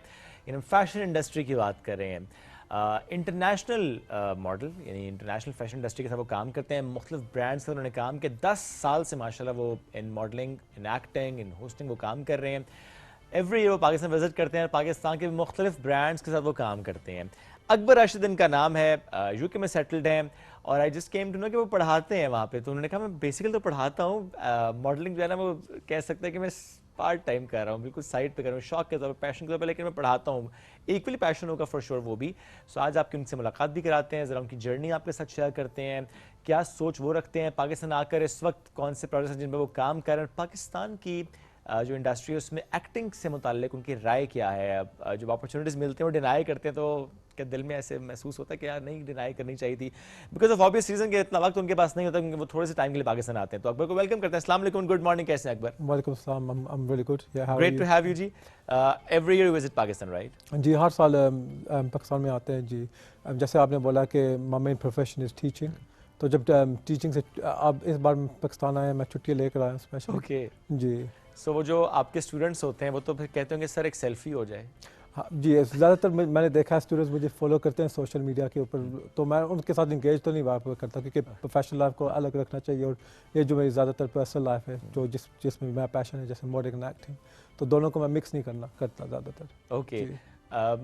फिर भी जब वहाँ से महसूस तो हो जाता है ना स्टूडेंट का सवाल करने का अंदाज, बात करने का अंदाज कि अच्छा वो फ़ैन भी है, आपका स्टूडेंट तो है, ये फ़ैन भी है. So what do you do then? जी, ये वो होता है काफ़ी, I mean because I work with teenagers, तो टीनेजर्स होते हैं 16 से 19 साल के, तो अगर फ़ैन होते हैं, I mean that's something that I feel flattered about, मुझे खुशी होती है, लेकिन again you have to have the boundaries, isn't it? जो बाउंड्रीज लाइन इंसान को क्रॉस नहीं करनी चाहिए. फिर वो मैं उनको बता देता हूँ कि ये जो मेरा काम है इस पे ध्यान ज़्यादा दे, टीचिंग पे, मेरी मॉडलिंग पर्सनल लाइफ पे नहीं है. अरे वाह, क्या होने का, बस ठीक है ठीक है ठीक है, बस ठीक है, वहीं पे रहो. That's very right. थोड़ा सा अपने बारे में बताएं कि आपने कैसे आगाज़ किया मॉडलिंग का? जी, तो स्टार्ट मैंने जैसे आपने बोला 10 साल पहले स्टार्ट किया था, तो एक वाक़या सा था. मुझे इतना मॉडलिंग का इतना पता नहीं था, लेकिन ये ज़रूर पता था कि अगर मैंने जाना है शोबिज़ इंडस्ट्री में ही जाना है, तो जहाँ मैं रहता हूँ लंदन में, मेरे घर के सामने एक एजेंसी खुली थी. नहीं, तो वैसे मैंने यहाँ पे वैसे नॉर्मल शूट करवाया था, तो मेरी सिस्टर ने वो शूट उनको दे दिया, तो उन्होंने मुझे बुला लिया ऑडिशन के लिए. तो अल्लाह का शुक्र है वो ऑडिशन मैंने पास कर ली थी. तो फिर उसके बाद मुझे एडवर्ट मिला, तो फिर उसके बाद एक से बाद दूसरा काम मुझे मिलने लगा. और कुछ पिक्चर्स भी हम आपके दिखा रहे हैं, बड़ा आपने ग्रूम का शूट किया हुआ है. जी, ज़्यादातर ये फैशन वीक थे, वो जो फैशन वीक मैंने किया लंदन में, international fashion week. Okay, what's that best male model of the year? जी, ये मैगजीन, ये this is a magazine, international magazine था, तो उन्होंने मुझे दिया था बेस्ट मेल मॉडल ऑफ ये, मैगजीन में डाला था ये वाला. तो ये शूट वैसे पाकिस्तान में हुआ है. तो ये दूसरे एक और ब्रांड का एडवर्ट था, ये TVC एडवर्ट था फीमेल मॉडल के साथ, ये भी किया मैंने. जी, ये भी फैशन वीक था, होटल में, काफ़ी ब्रांड फेमस होटल लंदन में, तो काफ़ी नामी ग्रामी शो है, तो उसमें किया था. ये भी यहाँ पे किया था लाहौर में शूट, ये भी मैगजीन के लिए था. एक डिज़ाइनर. अच्छा, आप थोड़ा सा मुझे बताएं कि व्हाट डू यू थिंक कि आपको ज़्यादा काम लंदन में क्यों मिलता है? बिकॉज ऑफ योर एथनिसिटी, क्योंकि हम देखते हैं डाइवर्सिटी को बड़ा वेलकम किया जाता है, या कि कोई और रीज़न आपको लगती है? होता ना, अच्छा नहीं, I look good, I am tall, I am smart, मैंने अपने आप को मेंटेन रखा हुआ है, मैं कैरी बहुत अच्छा करता हूँ, या मेरी फॉलोइंग बहुत अच्छी इंस्टाग्राम पे. What do you think in your case, what are the factors? In regards to getting work in London, we talk about modelling. I mean, it's a diverse industry, isn't it? वहाँ पर जैसे काम के मुताबिक you can, like, as a British Asian model, you can wear different outfits and get away with that kind of thing as well. But Pakistan is mainly जैसे Pakistani industry का ये main चीज़ है कि इस यहाँ पे ज़्यादा पाकिस्तानी क्लोथ को, ब्रांड को इस्तेमाल किया जाता है. वहाँ पे डाइवर्सिटी ज़्यादा है, तो वो यूटिलाइज करते हैं उस लिहाज में. And then there is a lot of work in regards to that you can fit in. तो एक्टिंग के लिहाज में there is a lot of work that you can get in regards to, I mean, I do get work in Pakistan, like you said, but this is more of a holiday stroke working and stroke business as well. Right. और अभी जो पाकिस्तान आए हैं, तो I am sure कि यहाँ भी बड़ी आपकी बिजी रूटीन होगी कि अच्छा, वो डिफरेंट ब्रांड्स, उनको पता होता है कि Akbar Rashid is coming to Pakistan, वो पहले से अप्रोच कर लेते हैं कि आपने हमारा शूट करना है. जी बिल्कुल, मैंने आने से पहले मैंने पोस्ट डाला था, तो मुझे काफ़ी ब्रांड्स ने मुझे इनबॉक्स किया, DM किया कि हमारे साथ कोलैबोरेट करना. भी कल परसों भी आया काफ़ी एजेंसी के साथ, तो मैंने ज्वाइन भी उनके साथ किया, क्योंकि वो कह रहे थे कि हम आपको रिप्रेजेंट करना चाहते हैं. उनका काम मैंने देखा था, तो बहुत अच्छा है. तो अभी मैंने कुछ शो भी किए हैं, तो मैंने सोचा चलो जब टाइम हो, अवेलेबिलिटी हो, शो भी करूँ, फिर वो भी पाकिस्तान, खाना भी खाऊँ, इंजॉय करूँ, सब चीज़ें करूँ. अब आए पाकिस्तान में. अच्छा, जब पाकिस्तान आते हैं, और पाकिस्तान में अब होता है ना कि जब भी बाहर से कोई आता है, उसका दिल करता है कि मैं पाकिस्तानी स्ट्रीट फूड भी ट्राई करूँ, मैं यहाँ भी जाऊँ, वहाँ पे मैं चटखारे खाने खाऊँ, मैं स्पाइसी खाने खाऊँ.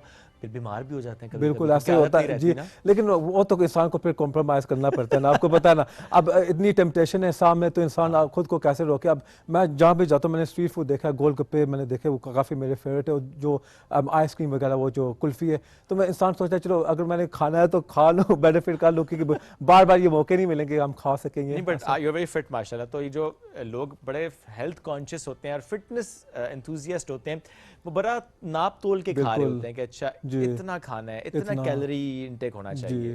नहीं, ये बात सही है, लेकिन देखना, अब मैं आपको कह रहा हूँ, अब मैं पाकिस्तान आया ना, छुट्टियों पे आया हूँ, तो मैं वो नहीं देखता, स्ट्रिक्ट डाइट नहीं देखता. मैंने सोचा अब यहाँ पर आने का क्या फ़ायदा कि खाने ना मैं खा सकूँ, तो वो तो मैं वहाँ पर डाइट करता हूँ. मैंने सोचा वहाँ पर अपने आप को, जैसे आपने बोला है कि स्ट्रिक्ट डाइट, कैलोरी काउंटिंग, लेकिन यहाँ पर मैं सोचा चलो मुझे आज़ादी थोड़ी मिली है, तो वो ब्रेक चाहिए. लेकिन ये चीज़ है, लेकिन अगर मॉडरेशन में खाएँ तो वो कोई बुरा नहीं. अगर ज़्यादा खाएँ तो हर चीज़ ज़्यादा लिमिट होनी चाहिए, तो वो सेहत के लिए बुरा होगा. That's very true. क्या फ़र्क लगता है आपको वहाँ की इंडस्ट्री और यहाँ की इंडस्ट्री में काम करने के एतबार से?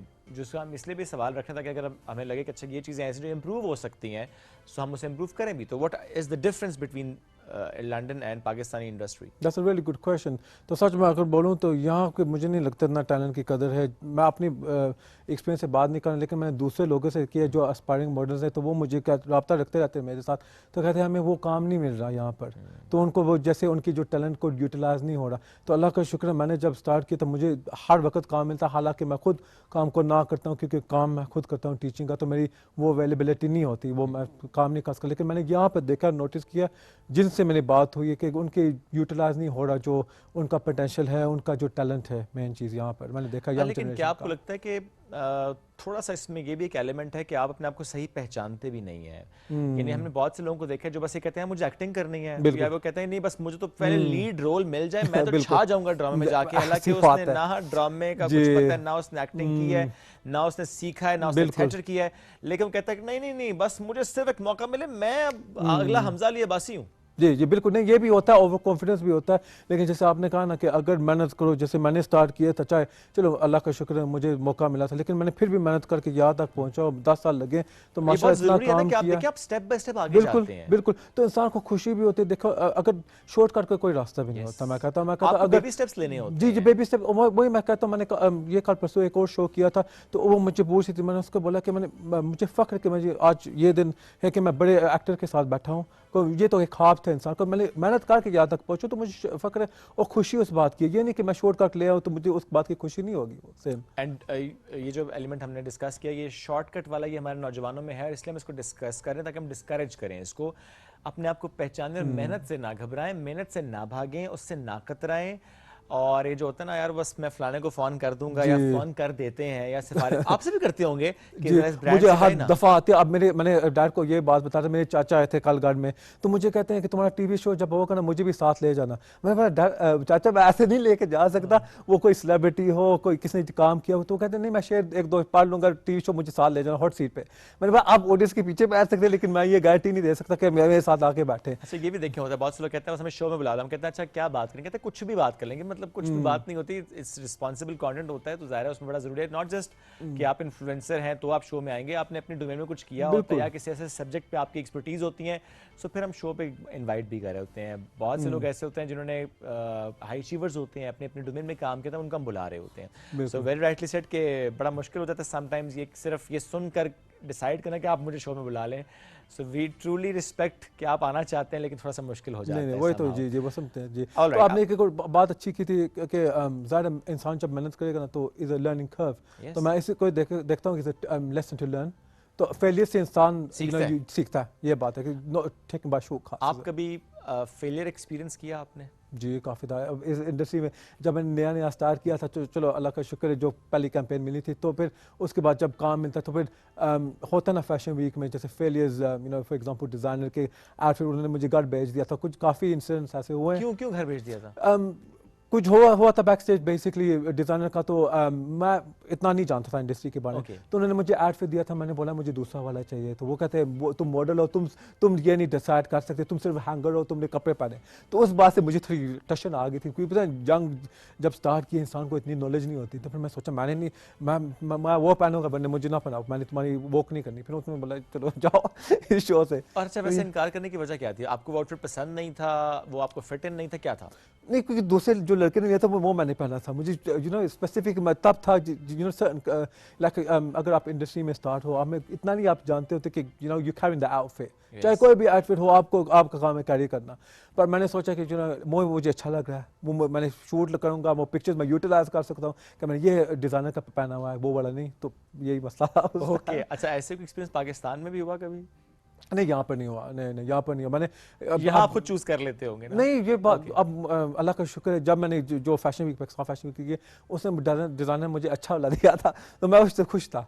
शायद मुझे पता नहीं तस्वीर दिखाई थी, लेकिन ब्लैक आउटफिट था जो मुझे वैसे ही पसंद था, तो ऐसे नहीं मौके नहीं आए। अच्छा जो आना चाहते हैं मॉडलिंग में, एक्टिंग में, बल्कि पूछूंगा भी आपका अपना एक्टिंग एक्सपीरियंस कैसा है, जो आना चाहते हैं उनको आपका मशवरा क्या है? जी यहाँ पाकिस्तान में मैंने एक चीज़ किया कि number 1 professional pictures are very important. आप लें किसी प्रोफेशनल फोटोग्राफर, चाहे थोड़ा इन्वेस्टमेंट करें, पोर्टफोलियो शूट कराएं। बिल्कुल, ये नहीं कि देखें अगर आप किसी चीज़ में इन्वेस्टमेंट करेंगे तो उसका हजर भी आपको ज़्यादा ही मिलेगा।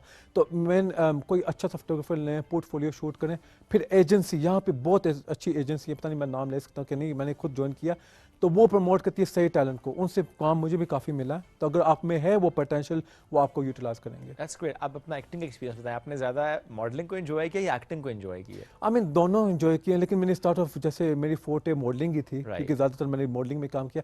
एक्टिंग का भी एक्सपीरियंस अच्छा रहा, मैंने ब्रिटिश एशियन मूवी भी की थी, अभी इंशाल्लाह रिलीज होगी जी उसमें। लेकिन एक्टिंग में ये है कि बहुत ज़्यादा थोड़ा मोर चैलेंजिंग है, ज़्यादा इन्वेस्ट करना पड़ता है उसमें। और मॉडलिंग में ये है कि चलो शूट वगैरह कर ली तो इंसान चला जाता है, लेकिन एक्टिंग में आपको उस रोल में डलना पड़ता है। तो उसमें जब कर जाए वो रोल में आपको निकालना पड़ता है खुद को उस रोल में बेसिकली एक्टिंग के। ओके, प्रपोजल्स तो बहुत आते होंगे एक्टिंग के? नहीं, शादी के। ये क्या पाकिस्तान में की है, लंदन में? डीएम में आपके डीएम भरे होते हैं जी। ये बात सही है। अभी मेरे डैड सोच रहे कोई अच्छा रिश्ता हो तो मैं इसकी शादी करा दूं। अच्छे रिश्ते से क्या मुराद है? चलिए, आप चूंकि यू आर एलिजिबल बैचलर, तो हम इससे आपसे पूछते हैं कि जो आप क्राइटेरिया क्या है शादी को लेकर?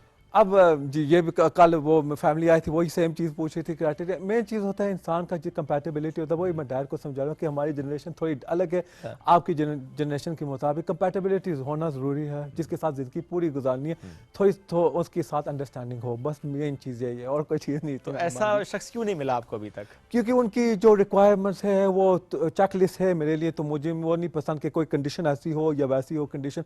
मैं कहता हूँ अगर शादी किसी से करनी है ना, कंडीशन बिना हो, ये नहीं कि सौदाबाजी हो शादी में, सिर्फ इंसान को जाने, उसको रखे, उसकी पर्सनैलिटी को देखे, तो फिर दो कहते ना कि गाड़ी के दो पहिए होते हैं, साथ में चलें ऐसे। सो लव मैरिज करेंगे या अरेंज मैरिज करेंगे? लेकिन आप मेरी मैरिज करा के छोड़ेंगे, आप देखते जो खुदा अल्लाह ने नसीब में रखा हो तो वो इंशाल्लाह होगा। What do you believe? I mean, आपको जनरली क्या लगता है कि लव मैरिज ज्यादा सक्सेसफुल है या अरेंज मैरिज सक्सेसफुल? अब दोनों सक्सेसफुल है, डिफरेंस दो नहीं करनी ना जी। नहीं, वो तो मैं कहता हूँ अब अगर कोई इंसान को अच्छा इंसान मिल जाए जो शादी से पहले जिसको आप जान पहचाने, तो मैं कहता हूँ वो भी अच्छा होता है, क्योंकि बिकॉज आप उसकी आते जाते हो जानते हो शादी से पहले, तो फिर वो अंडरस्टैंडिंग अच्छी होती है, म्यूचुअल अंडरस्टैंडिंग ज़्यादा बेहतर होती है। अगर माँ बाप से किया रिश्ता जैसे अरेंज मैरिज, आपको पता नहीं वो कैसी होगी, शादी के बाद पता चलना है, फिर वो टेस्ट एंड ट्रायल पीरियड होता है, फिर इंसान का। इन your case what do you think, अम्मा पापा मान जाएंगे अगर आप कहेंगे कि मुझे यहाँ शादी करनी है? मैं कहता हूँ अल्लाह का शुक्र है, मेरी माँ बाबा बहुत खुशी मुझे कहते वो एक चीज़ मेन हो, वो मुसलमान हो, उसके बावजूद हमें कुछ परवाह नहीं, कोई भी हो, कोई भी मुल्क की हो, हम खुश हैं। एथनिसिटी मैटर नहीं करती है, कास्ट मैटर नहीं करती है, नथिंग मैटर्स। और इतना माँ बाप ने आज़ादी दी, कहते माशाल्लाह आपकी खुशी में मेरी खुशी है, बस आप खुश हो तो हम खुश हैं।